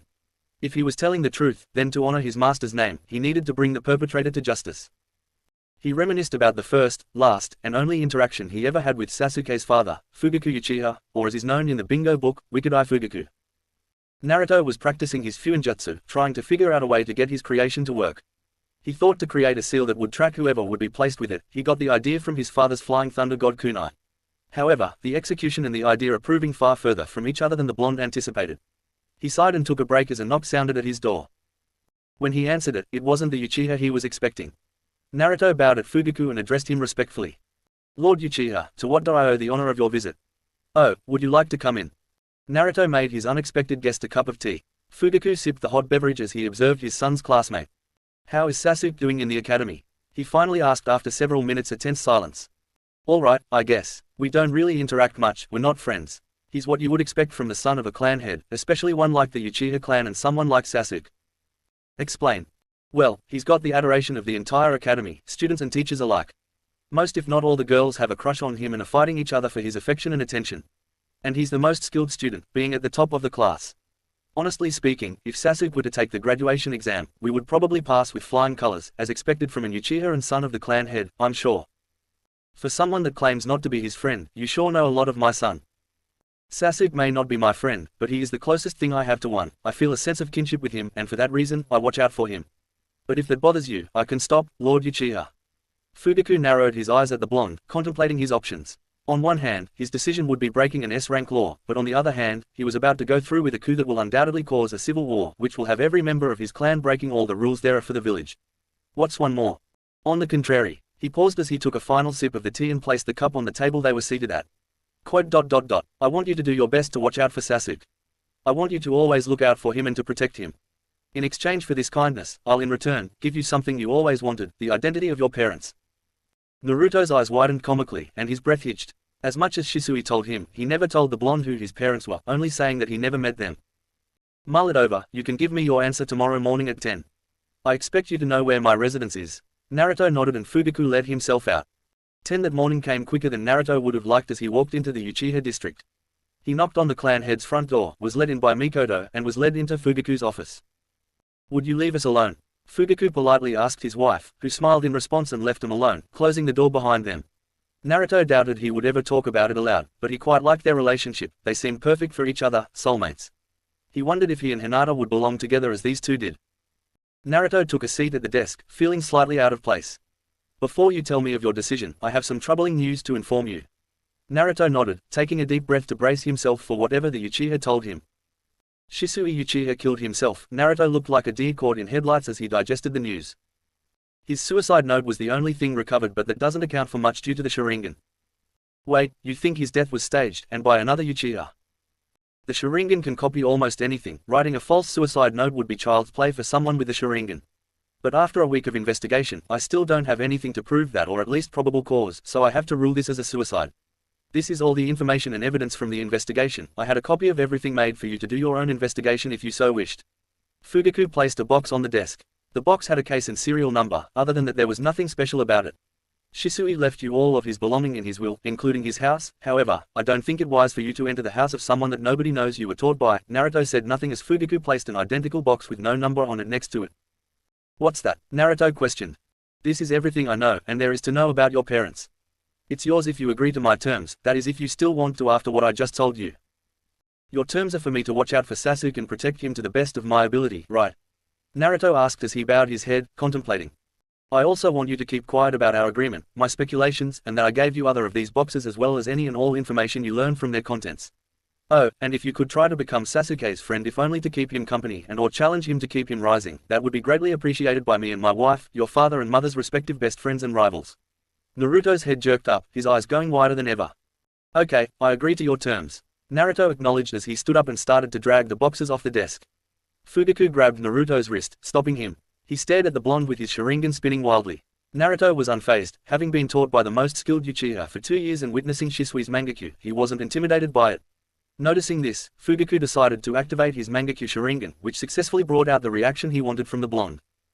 Naruto swallowed fearfully, seeing the 3 Tomo turn and curve, taking the form of 3 dots followed by 3 curves spiraling counterclockwise around the pupil. Don't tell anyone, especially Sasuke, about any of this. Understand? Fugaku let go of Naruto as he nodded. I also don't want you telling anybody about my evolved dojutsu. I've taken great care to keep its existence a secret from everybody excluding my wife. If you love someone as I love her, then you don't keep any secrets from them, even if you're ashamed of them. Fugaku advised Naruto as he deactivated his Sharingan and escorted the blonde out of the district, wishing him well as they parted. Chapter 11. After the designated time was up, Team 7 and the other 5 teams that passed the second stage reconvened in an arena stage. I'd like to congratulate you all for making it this far into these exams, the third Hokage, Hiruzen Sarutobi, stated as he addressed the remaining 6 teams. It was discouraging that only 18 ninjas passed the second stage, but Sarutobi happily noted that all but one team was from Konoha. He started to go over the rules of the final stage and explained how the Chunin exams were a substitute for war. After explaining that due to their numbers there needed to be a preliminary round, the Hokage was interrupted by a Leaf Junin. With all due respect, Lord Hokage, please allow me to take it from here as I'm the proctor for this stage. The Junin bowed to the aged leader, who nodded in affirmation. My name is Hayate Gecko, I shall be your next and final proctor for this stage. Thus far you've been participating in these exams as a team. From this moment forward all the teams will be disbanded for the duration of the exams. You've been passing as a team, now you will pass or fail by your own merits. We will have a one-on-one tournament style preliminary round, so if anybody feels that they cannot continue, now is the time to say so. Just raise your hand and we'll mark your name down and you'll be free to leave. Your team will be unaffected by your choice. Does anybody feel that they are unable to continue? After confirming that nobody was quitting, Hayate indicated for the names to be drawn for the first round. Will everyone besides the selected names please go upstairs? Hayate requested. Sasuke murdered Kabuto's teammate within seconds. He used his Sharingan to make him pass out. Well, that was a lot quicker than I expected, even if I knew that Sasuke would win in a landslide, Kiba muttered to Shino and Hinata, who both nodded their agreement. As Sasuke walked upstairs, the next match was called. Will Temari of the Sand and Tenten of the Leaf come down? Hayate asked politely. Both Kanoiki walked down the stairs with similar yet different expressions. Tenten had a confident smile while Temari had a smirk. The round started with Tenten unsealing various weapons from scrolls, making him shoot at Temari, who just blocked them all with her fan. Tenten then pulled out 2 special scrolls and jumped into the air as she unsealed them. Temari gave a bored uninterested yawn as she unfolded her fan completely, having only unfolded it a third of the way. It doesn't matter how many weapons you threw at me, she informed as she swung her fan. Tenten was caught in a vortex of wind blades cutting her. When the jutsu wore off, Tenten fell to the ground and landed on Temari's fan. That's what you get for being so pathetic, you bored the hell out of me. Temari drawled as she walked away. Winner, Temari of the Sand, Hayate announced unnecessarily as medics took Tenten away. Kankuro beat Kabuto's other teammate by crushing all of his bones with his puppet. All of the Kazekage's children are ruthless and brutal. Gaara's a Jinchuriki that was broken emotionally and attempted to be assassinated, so I can see why he's more ruthless than me. Temari's the oldest and the only daughter, so I can also see why she would be cold and brutal. But all 3 of them being around the same level of ruthlessness. Naruto was broken out of his musings when another name was called. Will Shino, Aburame and Kiba and Izuka from the Leaf come down? And an Izuka and an Aburame, huh? This will be an interesting matchup for Shino to win, Naruto commented. Just as Naruto suspected and called, Shino won against Kiba as the Inuzuka and his Ninken were covered by parasitic insects. Shino and Kiba shook hands and walked upstairs with smiles on their faces, Shino's hidden behind his jacket that covered his mouth. Will Sakura Haruno and Ino Yamanaka from the Leaf come down? Sakura and Ino's fight was the most uninteresting and least entertaining fight that Naruto ever saw. Even some of the fights in the academy were better than this. Naruto wasn't the least surprised when they both punched themselves unconscious. How do a clan heiress and this year's academy's top Kanoiki have such a boring fight? That fight accomplished nothing but a waste of time, Naruto complained as the next matchup was called. Will Hinata Hyuga and Neji Hyuga from the Leaf come down? Naruto felt his girlfriend tense beside him. He held her hand reassuredly, which calmed her nerves. I believe in you, I know you'll do great. Remember what you said, this is the time to prove to everyone that we're not what they wrote us off as. Naruto lowered his whispering voice lower so that only she can hear him. I'll be rooting for you, beautiful. Naruto forced himself from kissing Hinata, as much as he wanted to, he couldn't show affection to her in public. Hinata smiled at her boyfriend before she confidently walked downstairs, ready to face her cousin. The 6th match, Hinata Hyuga vs Neji Hyuga, begin. Hayate announced as he jumped away. Byakugan. Hinata and Neji shouted in unison as they activated their dojutsu and jumped away from each other, entering their respective taijutsu stances. Neji with the standard gentle fist taijutsu style, and Hinata with a similar yet different variation of the style that she created with the help of Shisui and refined and mastered with the help of Naruto. Neji had a scowl on his face as he misinterpreted her different stance as a mistake in her stance. Not wasting any more time, Neji charged his cousin. Hinata evaded the strike and connected her palm to his chest with her counterattack. Neji narrowed his eyes in anger as he grunted in pain. He dashed forward, this time trying to block the chakra point in her chest. Hinata swayed back to avoid getting hit. She attempted to sweep her cousin off his feet, who jumped backward to evade her. How is this possible? Neji thought enraged. I've improved since we last sparred, big brother, Hinata commented. It doesn't matter how well you improve, you're fated to lose. Neji hissed at her, causing her to frown. Neji once again charged at his cousin. Hinata wasn't able to avoid his strike and got hit in her shoulder.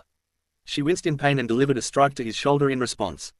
It continued like that for a while, both cousins attacking and counter-attacking each other. Hinata huffed as she made some distance between the two of them. She twirled her body and took a scroll out of her pocket and unsealed the contents, as hundreds of kunai shot at Neji. Rolling his eyes, Neji simply leaned out of the way, dodging the kunai, until he noticed the tags on them. Explosion tags. Shit. After the smoke from the explosion cleared, everybody gasped. Neji was protected by a spinning dome of chakra. Naruto was immediately reminded of the Rasengan, only larger and around the whole body than in the palm of a hand. Hinata stood frozen in shock, her mouth agape. The heavenly rotation. Hinata muttered in surprise upon the sight of a jutsu that was only taught amongst the main family of the Hyuga clan.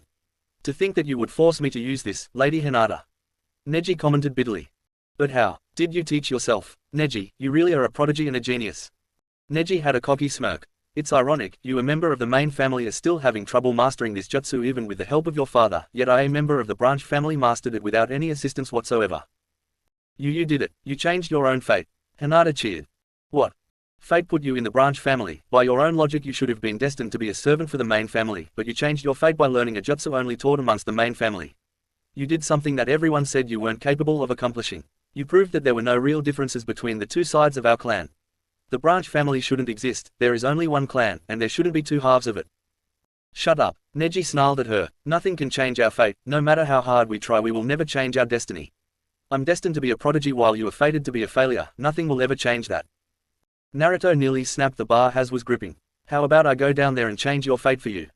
You won't have to worry about dying for your clan. Naruto muttered under his breath as his eyes turned red. Naruto calmed down when he felt a hand on his shoulder and looked into Kakashi's uncovered eye. He bowed his head in shame and apologized. Sorry, I still have trouble controlling my emotions when it comes to her. He whispered to Kakashi. Kakashi just gave him a closed-eye smile, ruffling his hair as he put his hand through it in a display of affection.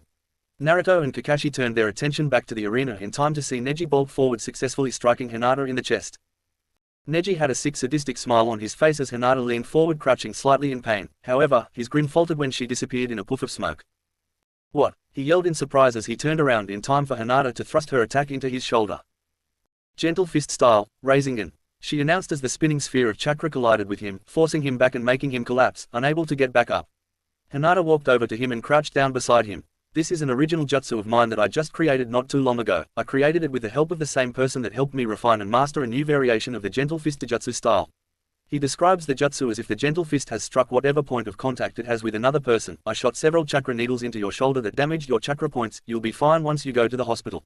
I'm telling you this so you can understand. We are not defined by our fates, we can create our own destinies. You could have become a simple servant to the main family, but you changed your fate and became the prodigy and pride of the clan. While I'm the heiress I was written off because I didn't live up to their standards fast enough. They called me a failure just as you did, but look at me now, I'm strong enough to catch you off guard enough to get you with a powerful lethal jutsu while when you underestimated me. Take care of yourself, big brother. Hinata patted Neji's uninjured shoulder and walked away as Hayate declared her the winner. Naruto happily and excitedly hugged her as she got back upstairs, ecstatic at her win, and amused by all the surprised faces of the Genins and Junins alike. I knew you could do it, didn't I say that you would do it? Congratulations, Hina. Hinata smiled as her boyfriend continued to say numerous complimentary things that she tuned out as she tightened their embrace. As much as she loved him, he was starting to annoy her with his constant praising. She decided to shut him up with a kiss, forgetting where they were and why he was hugging her and praising her. When the couple broke apart, they blushed as they realized what they just did. Hinata giggled slightly as she hid her face in Naruto's chest, while Naruto just sighed. No hiding it anymore, I guess. At least now I can actually publicly spend time with you and show you affection. They broke apart again as Naruto's name was called. Will Naruto Uzumaki and Kabuto Yakushi from the leaf come down? Good luck, Naruto, Hinata said with a smile as Naruto rubbed his thumb on her cheek. Thanks, it's going to be your cheering that'll let me win. He flirtatiously responded. Hinata rolled her eye and pushed him away. Kabuto had attempted to slice Naruto with some kind of chakra scalpel, but he used his superior speed to dodge all of his attempts, making them futile. Even when Kabuto was fast enough to run his kunai through Naruto, the attack just went through him like he wasn't even there. Suddenly there were dozens of Naruto, all surrounding Kabuto, and all of them being intangible. While Kabuto was distracted by his afterimage clones, Naruto got behind him and placed a seal on his back to absorb all of his chakra and knocked him out with a neck chop. Winner, Naruto Uzumaki. Hayate declared as he confirmed that Kabuto was unconscious. Will Gaara of the Sand and Rock Lee of the Leaf come down? Lee did extremely well against a Jinchuriki, however, Gaara won in the end. He had to be reminded not to kill anymore by Naruto, but he was going in the right direction. So that only leaves the two of us left. Shikamaru groaned as he addressed his best friend. Choji took some convincing to fight Shikamaru. Their sensei had to offer an all-you-can-eat barbecue if he won. The eighth and final match for the preliminaries, Shikamaru Nara vs Choji Akamaki, begin. Hayate announced before jumping back. Choji immediately activated his clan's bloodline, as he turned into a spiked human juggernaut and attempted to run Shikamaru over. The Nara jumped out of the way. Choji responded by changing directions. Shikamaru continued to dodge his rolling friend while Choji attempted to run him over. Shikamaru pulled out a kunai and tossed it on the ground in the direction Choji was rolling so he would run over the weapon. Almost immediately after the Akamaki made contact with the ninja tool, an explosion occurred. Choji winced in pain as he got off the floor, making a hand seal as he got to his feet. Partial expansion jutsu, Choji yelled as his hand grew large in size and went to strike Shikamaru. But before his enormous fist could make contact, Choji found he couldn't move. Shadow possession, successful, Shikamaru informed with a smirk. Choji's fist turned around to face Choji.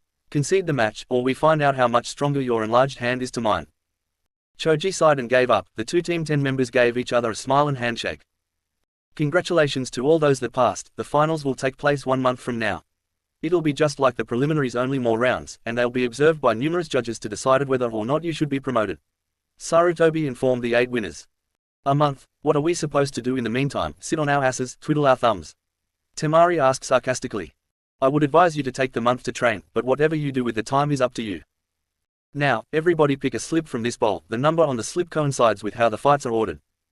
After a few minutes everybody picked and called out their number and Hayate drew up a diagram. Round number 1 Shikamaru Nara vs Temari. Round number 2 Shino Aburame vs Kankuro. Round number 3 Sasuke Uchiha vs Hinata Hyuga. Round number 4 Naruto Uzumaki vs Gaara. This hereby concludes the second stage. Please enjoy the rest of your day. Chapter 12. Naruto started scouring the village, searching for his perverted and sometimes irresponsible sensei. He found him at the training ground with his teammates' memorial. Kakashi-sensei, Naruto addressed his brother figure. Naruto, I suspect you'll hear about the training. I figure you'll want to train Sasuke to make sure he's not going after Orochimaru for more power, and that would leave me under someone else's care for the month. I was wondering if you set up someone to teach me. The Hokage has someone in mind that he wants you to learn from. He wants you to meet him in his office at 10 tomorrow morning. You'll meet him then. Naruto and Hinata went on a lunch date at Ichiraku's to celebrate making it to the finals. So, is your sensei training you, or are you learning from your clan again? Naruto asked curiously. Kurenai-sensei has both me and Shino training with our clans. What about you two? Neither you or Sasuke has a clan to train with anymore. Kakashi's training Sasuke. The Hokage has someone in mind for me. Who? I have no idea, but'll find out tomorrow morning. Naruto walked Hinata to her clan district, hand in hand, kissing her on the cheek as they parted. At 10 on the dot, Naruto knocked on the door to the Hokage's office. Enter, a gruff voice ordered from behind the door. Naruto opened the door, freezing at the sight of the Hokage, having a staring contest with an mounting mountains of paperwork. Clearing his throat, Naruto made his presence known. The aged leader looked up and cleared his own throat. Naruto, good, you're on time, take a seat. The Sarutobi gestured to the chair in front of his desk. Kakashi said that you had someone you wanted me to learn from. Yes, Naruto, I'd like you to meet my student, Jiraiya. He gestured to the window, where a man with white spiky hair was sitting on the windowsill. Naruto deadpanned, unimpressed with the perverted hermit. You're joking. No, I am not. Jiraiya is the only person in the leaf that can teach you how to tame the Kyuubi's chakra. I seem to be doing just fine on my own, thanks. Besides, he doesn't have a great or even good track record when it comes to students, especially when all 6 of them are dead. Hiruzen and Jiraiya gaped at Naruto as he scowled at the Sannin. Listen, you little brat, I taught the 4th Hokage. What, how to quit, how to kill himself, how to abandon his son, how to let his wife die. Jiraiya recoiled at Naruto's harsh words. Naruto stood up and turned for the door. I've done just fine training by myself for the last 5 years, I think I'll be fine for another month. Naruto left and went to the Uchiha district. Sasuke should be gone, training with Kakashi outside the village. Naruto stopped in front of a house he hasn't seen in over 5 years. The last time he ever entered Shisui's house was when he stored the box of information of his death here. Fugaku gave it to him in hopes that it would help him draw his own conclusions, but he never looked into it, never needed to after Itachi explained to him why Shisui take his own life. But if Orikima is telling the truth, then Fugaku's suspicion has to be the truth as well. Naruto walked into his deceased master's house, taking notice of the indescribable amount of dust. Before he did anything else, Naruto got cleaning supplies and cleaned the house until it was spotless. Once finished, Naruto got out the box he stored in a secret compartment disguised as a vent. After reading through all the reports and notes, Naruto started to make an investigation board with them. For several minutes he just stared at the board, trying to find something, anything in the information that would point him in the right direction. Naruto turned his head when he heard something fall behind him. He picked up the box's lid and noticed the case number, and an awful idea ran through his head. Under the cover of the night, Naruto snuck into the police precinct. He had borrowed Shisui's Anbu gear, in case he was spotted by anyone.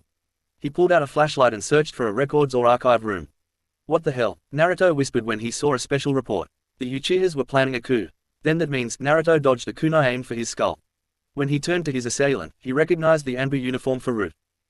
"You're trespassing on private property," the Root Anbu informed apathetically. Naruto quickly tossed down several smoke bombs, making him invisible as he used an advanced fuinjutsu to seal several things in the range of the large circle, sealing several hundred cases, before he disappeared in a flicker. Why was Root there? Did Danzo have something to do with this? Did Itachi kill his clan to prevent the coup? Does that make him innocent? There's no way that Sasuke knows about this, otherwise he wouldn't want to kill Itachi. But why kill them? Why not just use Koto Matsukami to change the thoughts of the clansmen and stop the planning of the coup altogether? Naruto unsealed the cases and started going through them, seeing if anything was usable. He attached the coup's reports and plans to his board. After several hours of reading, thinking, and making connections, Naruto was tired to the point he was having trouble keeping his eyes open. He decided that he would break for the night. He would pick it up in the morning. Naruto went into Shisui's bedroom, sleeping in his bed. Naruto walked into his apartment in a daze. His master was dead, and another Uchiha could have killed him and staged his death. Naruto knew that his master would gladly give his life for his village or his friends, but knew that he would never kill himself. Another Uchiha had to have killed him and attempted to stage his death. Naruto staggered into his bed. He picked up a framed picture of him and Shisui and held at his chest. He silently cried himself to sleep. Naruto was awoken in the middle of the night by a noise. He quickly grabbed a kunai, ready to defend himself from a possible invader. Itachi. The blonde questioned the presence of his master's best friend. Naruto, I take it you heard of the regrettable news. Naruto nodded his head. I heard that Master Shisui is dead. Itachi made an annoyed sound. Say it like it is, Shisui killed himself, and it's all your fault. Naruto's eyes went wide as his knees went weak. What? His voice sounded weaker than his legs felt. You're the Jinkriki of the nine-tailed demon fox. Shisui was given the task of monitoring you, keeping you under control, but after 2 years he just couldn't pretend to care about you anymore, and so he took his life. Naruto's legs gave out and he fell to his knees. Pretend. He never cared about me. It was all a mission to keep the Kyuubi contained. He stuttered heartbrokenly as he looked into Itachi's Sharingan. You didn't actually think that he or anybody could actually care about a demon like you, did you? You're not capable of anything but death. If you cared about Shisui the way you claim to, then you'll follow his lead. Itachi then dispersed in a flock of crows. Naruto knew Itachi was right. If he was responsible for Shisui's death, then he should follow his lead and kill himself to prevent another being assigned to monitor him and following Shisui's lead. If you truly love someone, then you have to be able to let them go. There's nothing I wouldn't do for those that I love. Naruto could hear Shisui's words in the back of his head as he saw his father's special kunai in the box he received from his father's rival. Taking a deep breath, Naruto composed himself for what he was about to do. Grabbing the customized kunai and running wind chakra through it, Naruto ran the blade across his throat and plunged it into his chest. A smile made its way to his face as he lost consciousness. He accepted the cold darkness without protest. He could feel himself leaving. It felt peaceful. It was peaceful. He saw Shisui in front of him, smiling and extending a friendly hand. Naruto reached out, believing that his action would compensate for what he did to him. Just as Naruto took Shisui's hand, the Uchiha frowned at him. Sorry, kid, it's not your time, yet. Shisui pushed Naruto with his other hand, making the blonde fall back and start falling for what felt an eternity. After 5 years, Naruto decided to return to the academy, having essentially dropped out when Shisui died, spending all of his time training while on suicide watch by the Anbu.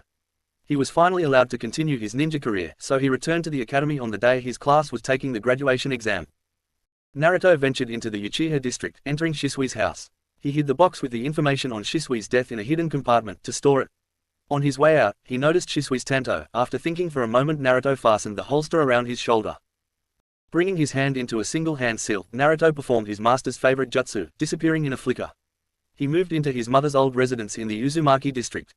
After visiting the market, he returned there and stocked the fridge and cabinets.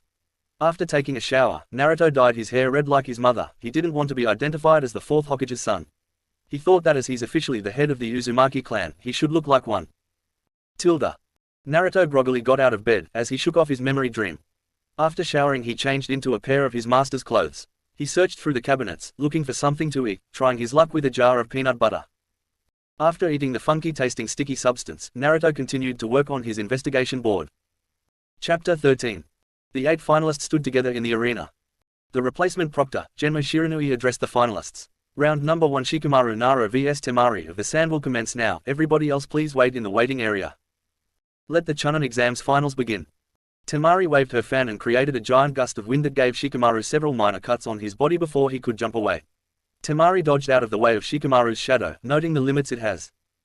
For several minutes, the two strategists stayed put, out of reach of the other's jutsu, and planned their move. Temari narrowed her eyes when Shikamaru's shadow snaked toward her again, but widened them when the shadow passed the previous limit. The longer this battle goes on, the lower the sun goes, and the wider your shadow's range will get, Temari noted as she dodged the shadow again and remarked the shadow's limit. Temari used her fan to block her from Shikamaru's view, deciding on her next move. I'll use the clone jutsu as a diversion and attack him while he's distracted. Temari made the necessary hand seals but found that she couldn't move. Shadow possession, successful. What? How? Temari thought as her body involuntarily stood up. She noticed Shikamaru's jacket that was tied to a kunai fall to the ground as Shikamaru walked closer to her, making her walk closer as well.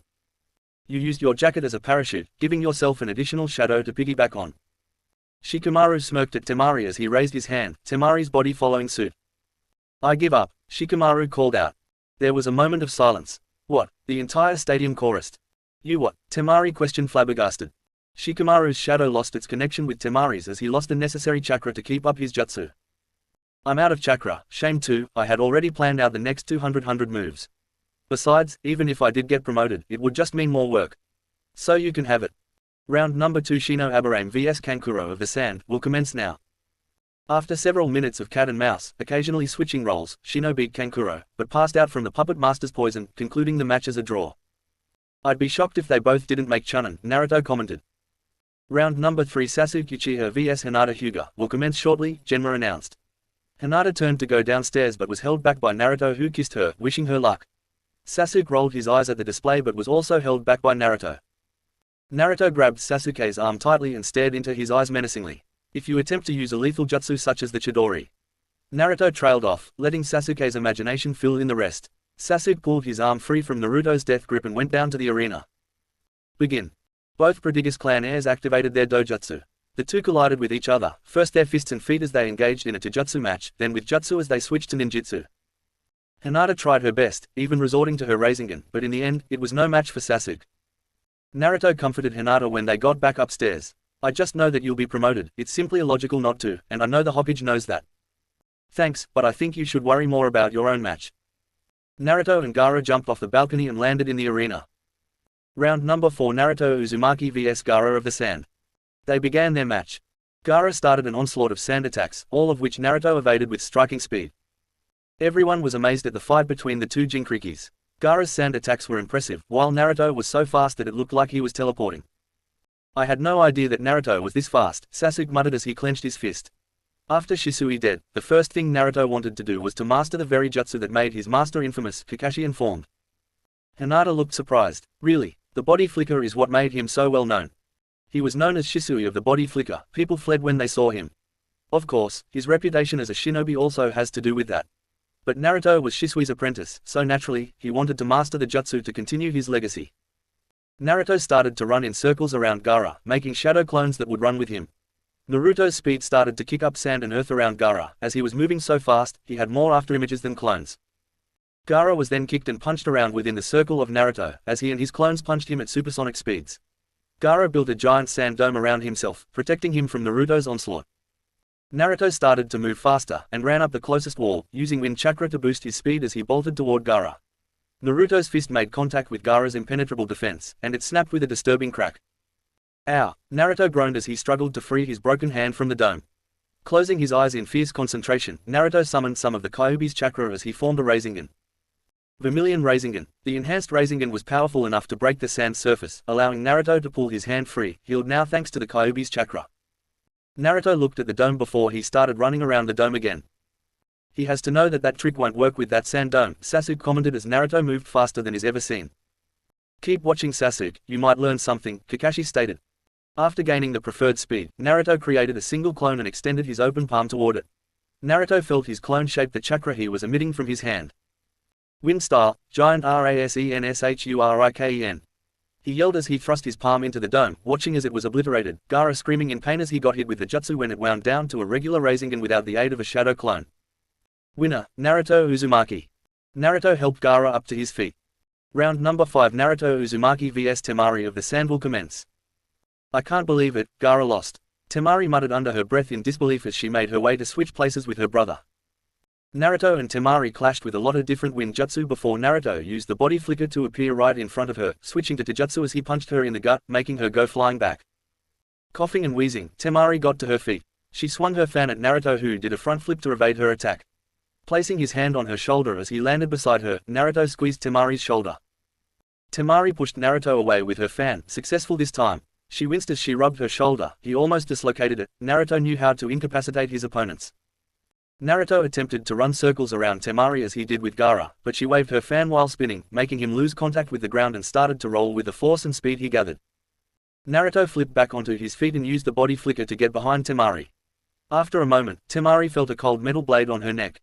Sighing, Temari conceded the match. Sixth and final round, Naruto Uzumaki vs Sasuke Uchiha. So this is it, huh? Naruto chuckled. You won't win this fight. Naruto made the seal of confrontation, which Sasuke copied. For several minutes the two technical clan heads stared into each other's eyes, waiting for the other to make the first move, not daring to move first. A leaf fell to the ground. Symbolically, the rivals used this as a start gesture and attacked at once. Sasuke kept trying to hit Naruto with his ninjutsu, but the Uzumaki just evaded everything he threw out at him. Sasuke made several hand seals and an electrical current flowed through his hand. Chidori, he yelled as he stabbed Naruto, only for him to not make contact with anything. TSK, an after-image clone. Clever, Naruto, Sasuke replied as he jabbed his hand behind him, thrusting his hand into Naruto's shoulder. Naruto burst into smoke, and another Naruto come up behind Sasuke and collided his Rasengan into Sasuke's stomach, making him fall back in pain. Before Naruto and Sasuke could continue their fight, an explosion sounded in the distance. What's going on? Naruto questioned Genma as he turned to him. An invasion, it seems. Forget the fight, defeat the invaders. It wasn't that hard. The Sand Shinobi fought alongside the Leaf against the Sound Ninjas. Naruto made hundreds of thousands of shadow clones to assist with the fight. He made his way to the Hokage. If the Hokage died, then it wouldn't matter the amount of damage that Orochimaru inflicted on the village. Flying Thunder God, Naruto appeared in a flash of red inside a purple barrier and drove his Rasengan into Orochimaru.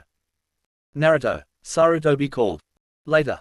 The seconds and the fourth sacred jutsu, most impressive, Naruto. I've mastered one of Lord Tobirama's jutsu, would you like to see it? Orochimaru asked, before slamming his hands on the ground, summoning 3 coffins. Reanimation jutsu. The coffin lids fell off, and 3 decayed bodies walked out. Lord First, Lord Second, and Master Shisui. Naruto felt weak in the knees upon the sight of his dead master. Naruto, Lord Third, what's happening? Shisui questioned. Tobirama turned to Shisui, his eyes going wide. Kagami, is that you? No, sorry Lord Second, but he's my ancestor. Wait, if the 3 of us are here, then that means. That's right, I summoned you 3 back to the land of the living. I originally wanted the 3 dead Hokages, but Minato Namikaze's soul is unreachable, it being in the Shinigami's stomach and all. Oh well, I'll make do with Naruto Uzumaki's master, rather than his father. Orochimaru attempted to put some kind of talisman into the reanimated skulls. Upon Tobirama's warning, Naruto prevented Tobirama and Shisui from receiving the talisman. That was going to wipe their personalities, make it easier for you. But fine, you want to kill them while they're still there in mind. How do I release the jutsu? Naruto asked Tobirama as Sarutobi engaged Hashirama and Orochimaru. You have to seal our souls away. You're an Uzumaki, right? Yeah, I got it. Naruto sealed Tobirama away by placing a seal on his chest. He attempted to do the same with Shisui, but he was too fast. Master. Naruto couldn't help the tears that rolled down his face as his voice cracked. Naruto, how are you? Good, I've mastered the body flicker and the 4th Hokage's 2 most famous jutsu. Shisui smiled as he was forced into spitting out an enormous fireball at Naruto, who evaded it with ease as he continued to seal Shisui. It wasn't easy. Naruto had to keep hitting Shisui's face, to prevent him from activating his Mangekyu, but the master and apprentice pair conversed all the same. So you learned the truth. I hope you're not too upset about my deceit. You didn't know them personally, just like you said. Besides, I wasn't ready to know then. But I have to know now, why did you kill yourself? Was it because you were assigned to monitor the Kyuubi's Jinchuriki and you couldn't take it anymore, as Itachi said? Or was it because your clan was planning a coup? Does the coup have anything to do with it? Does Root? Shisui knew then that he made the wrong decision. Seeing Naruto's heartbroken look, he knew that he felt betrayed and abandoned. What Itachi told you was a lie to prevent you from uncovering the clan's plans, but it seems to be in vain and has only caused you more pain. I'm really sorry, Naruto. I abandoned you when I should have been there for you. I've failed you as a sensei, and for that, I sincerely apologize. You were the best sensei I ever had. I've long since forgiven you. I love you. Shisui's body started to disintegrate, turning into dust, and his soul started to ascend. What? The jutsu is releasing me. Listen closely, Naruto. Naruto held on to Shisui as his body continued to revert to dust. I was going to subtly stop the coup with my Koto Amatsukami, but Danzo interfered. With the help of his root Anbu, he stole my right eye. I managed to get away from him and gave my left eye to Itachi. I told him to give it to you when you were ready, and then I killed myself in front of him in hopes that he would awaken his own Manakyu. I need you to recover my right eye. As long as it's in Danzo's possession, it's in the wrong hands. I believe in you, Naruto. And with that, Shisui's soul returned to the afterlife. Wood style. Magnet style, Rasengan. Hashirama looked down and saw Naruto collide his jutsu with his chest. No, Orochimaru roared. Another Naruto come up behind him and jumped on his back, wrapping his hands around Orochimaru. Naruto activated his clan's bloodline. Adamantine sealing chains. Naruto got off Orochimaru but made sure to keep him in his bind before he flashed through hand seals and slammed his hand on the ground, making a sealing matrix appear underneath Orochimaru. Uzumaki sealing technique. You're done, Orochimaru. I'll be back. With all four of them being sealed, the invasion came to a close. Naruto dispelled the barrier juts. The Anbu dealt with Orochimaru's guards and sent them to torture and interrogation. Naruto, Sasuke, Shikamaru, Shino, and Hinata stood in the Hokage's office. Thank you all for coming. Thanks to the Kazekige's children warning me last month of the incoming invasion, we were able to prepare for it. They investigated around and found out that Orochimaru killed the Kazekige and assumed his identity to arrange the invasion. The siblings spread the news of the Kazekige being an impostor and instructed all the Sand Shinobi to fight alongside us. And it was all thanks to you, Naruto. Me? Naruto asked, bewildered as everyone else shared similar dumbfounded looks. Yes, because of your actions, you've made the Sand Jinchuriki have a change of heart, and he convinced his siblings to not go through with the invasion. Now on other news, promotions. You've all proven yourselves. I grant you the rank of Chunin, Hinata Hyuga, Shino Aburame, Shikamaru Nara, and Sasuke Uchiha. The Hokage informed them, different Anbu handing him a green flak jacket and a promotion paper. What about Naruto, Lord Hokage? Doesn't he deserve a promotion as much as the rest of us? Hinata inquired. The Hokage pulled out a green flak jacket that was a darker shade than the rest and handed it to Naruto. Naruto Uzumaki, if it wasn't for you, I wouldn't be here right now. Thanks to you, 3 foreign shinobi helped us prevent a war that would have hurt all the nations, lives were saved, and death was prevented. You've shown tremendous skill, intellect, and heart. And for that, I would like to promote you to Junin. J. Junin, Naruto questioned with a bewildered stare. Are you sure? The Hokage nodded. Yes, you deserve this rank, of that I am certain. Konoha is still standing, not in ruins thanks to you. Thank you, Lord Hokage, I'm honored by your decision. Now, you'll all receive new assignments that fit your new rank within the week, so be at the ready. Dismissed. Chapter 14. Naruto knocked on Sasuke's house, the Ravenet answering the door with an impassive face. If you still want to kill your brother to avenge your clan, then you need to come with me. Why? I have information on why he slaughtered your clan, information that might change your mind. Sasuke followed Naruto to Shisui's house, and was led to an office, where an investigation board was set up on the wall. What is this? This is all the evidence I could dig up in a month on how Shisui died. But it's enough to tell me the full story. Sasuke turned to Naruto, his brows furrowed. And what is the full story? Let's start with my birth. The day I was born, Lord Third had several medics and his wife helped deliver me in a cave, hundreds of miles away from here. My mother was the Jinchuriki of the Kyuubi, and apparently when a female Jinchuriki gets pregnant, the beast seal weakens, their chakra being split to care for the fetus. So I was born in a cave where my father, the 4th Hokage, handled the sealing process, making sure that the Kyuubi didn't escape. However, a man in a mask, claiming to be Madara Uchiha, attacked them, extracted the Kyuubi and unleashed it onto the village. The masked man was thought to be an Uchiha due to the Sharingan being capable of controlling it, and none of the Uchihas made a move to control it, to stop its pillage. This caused a good portion of the village to believe them responsible, and for this they treated like outcasts, like lesser people, so they planned a coup d'etat. A coup would have created a civil war, and after it was over other villages would have attacked. Knowing this, Shisui reported it to the Hokage, and offered to stop it. How? Sasuke questioned. Sasuke, what do you know of the Mangekyo Sharingan? Naruto questioned as anxiously he folded his twitching hands.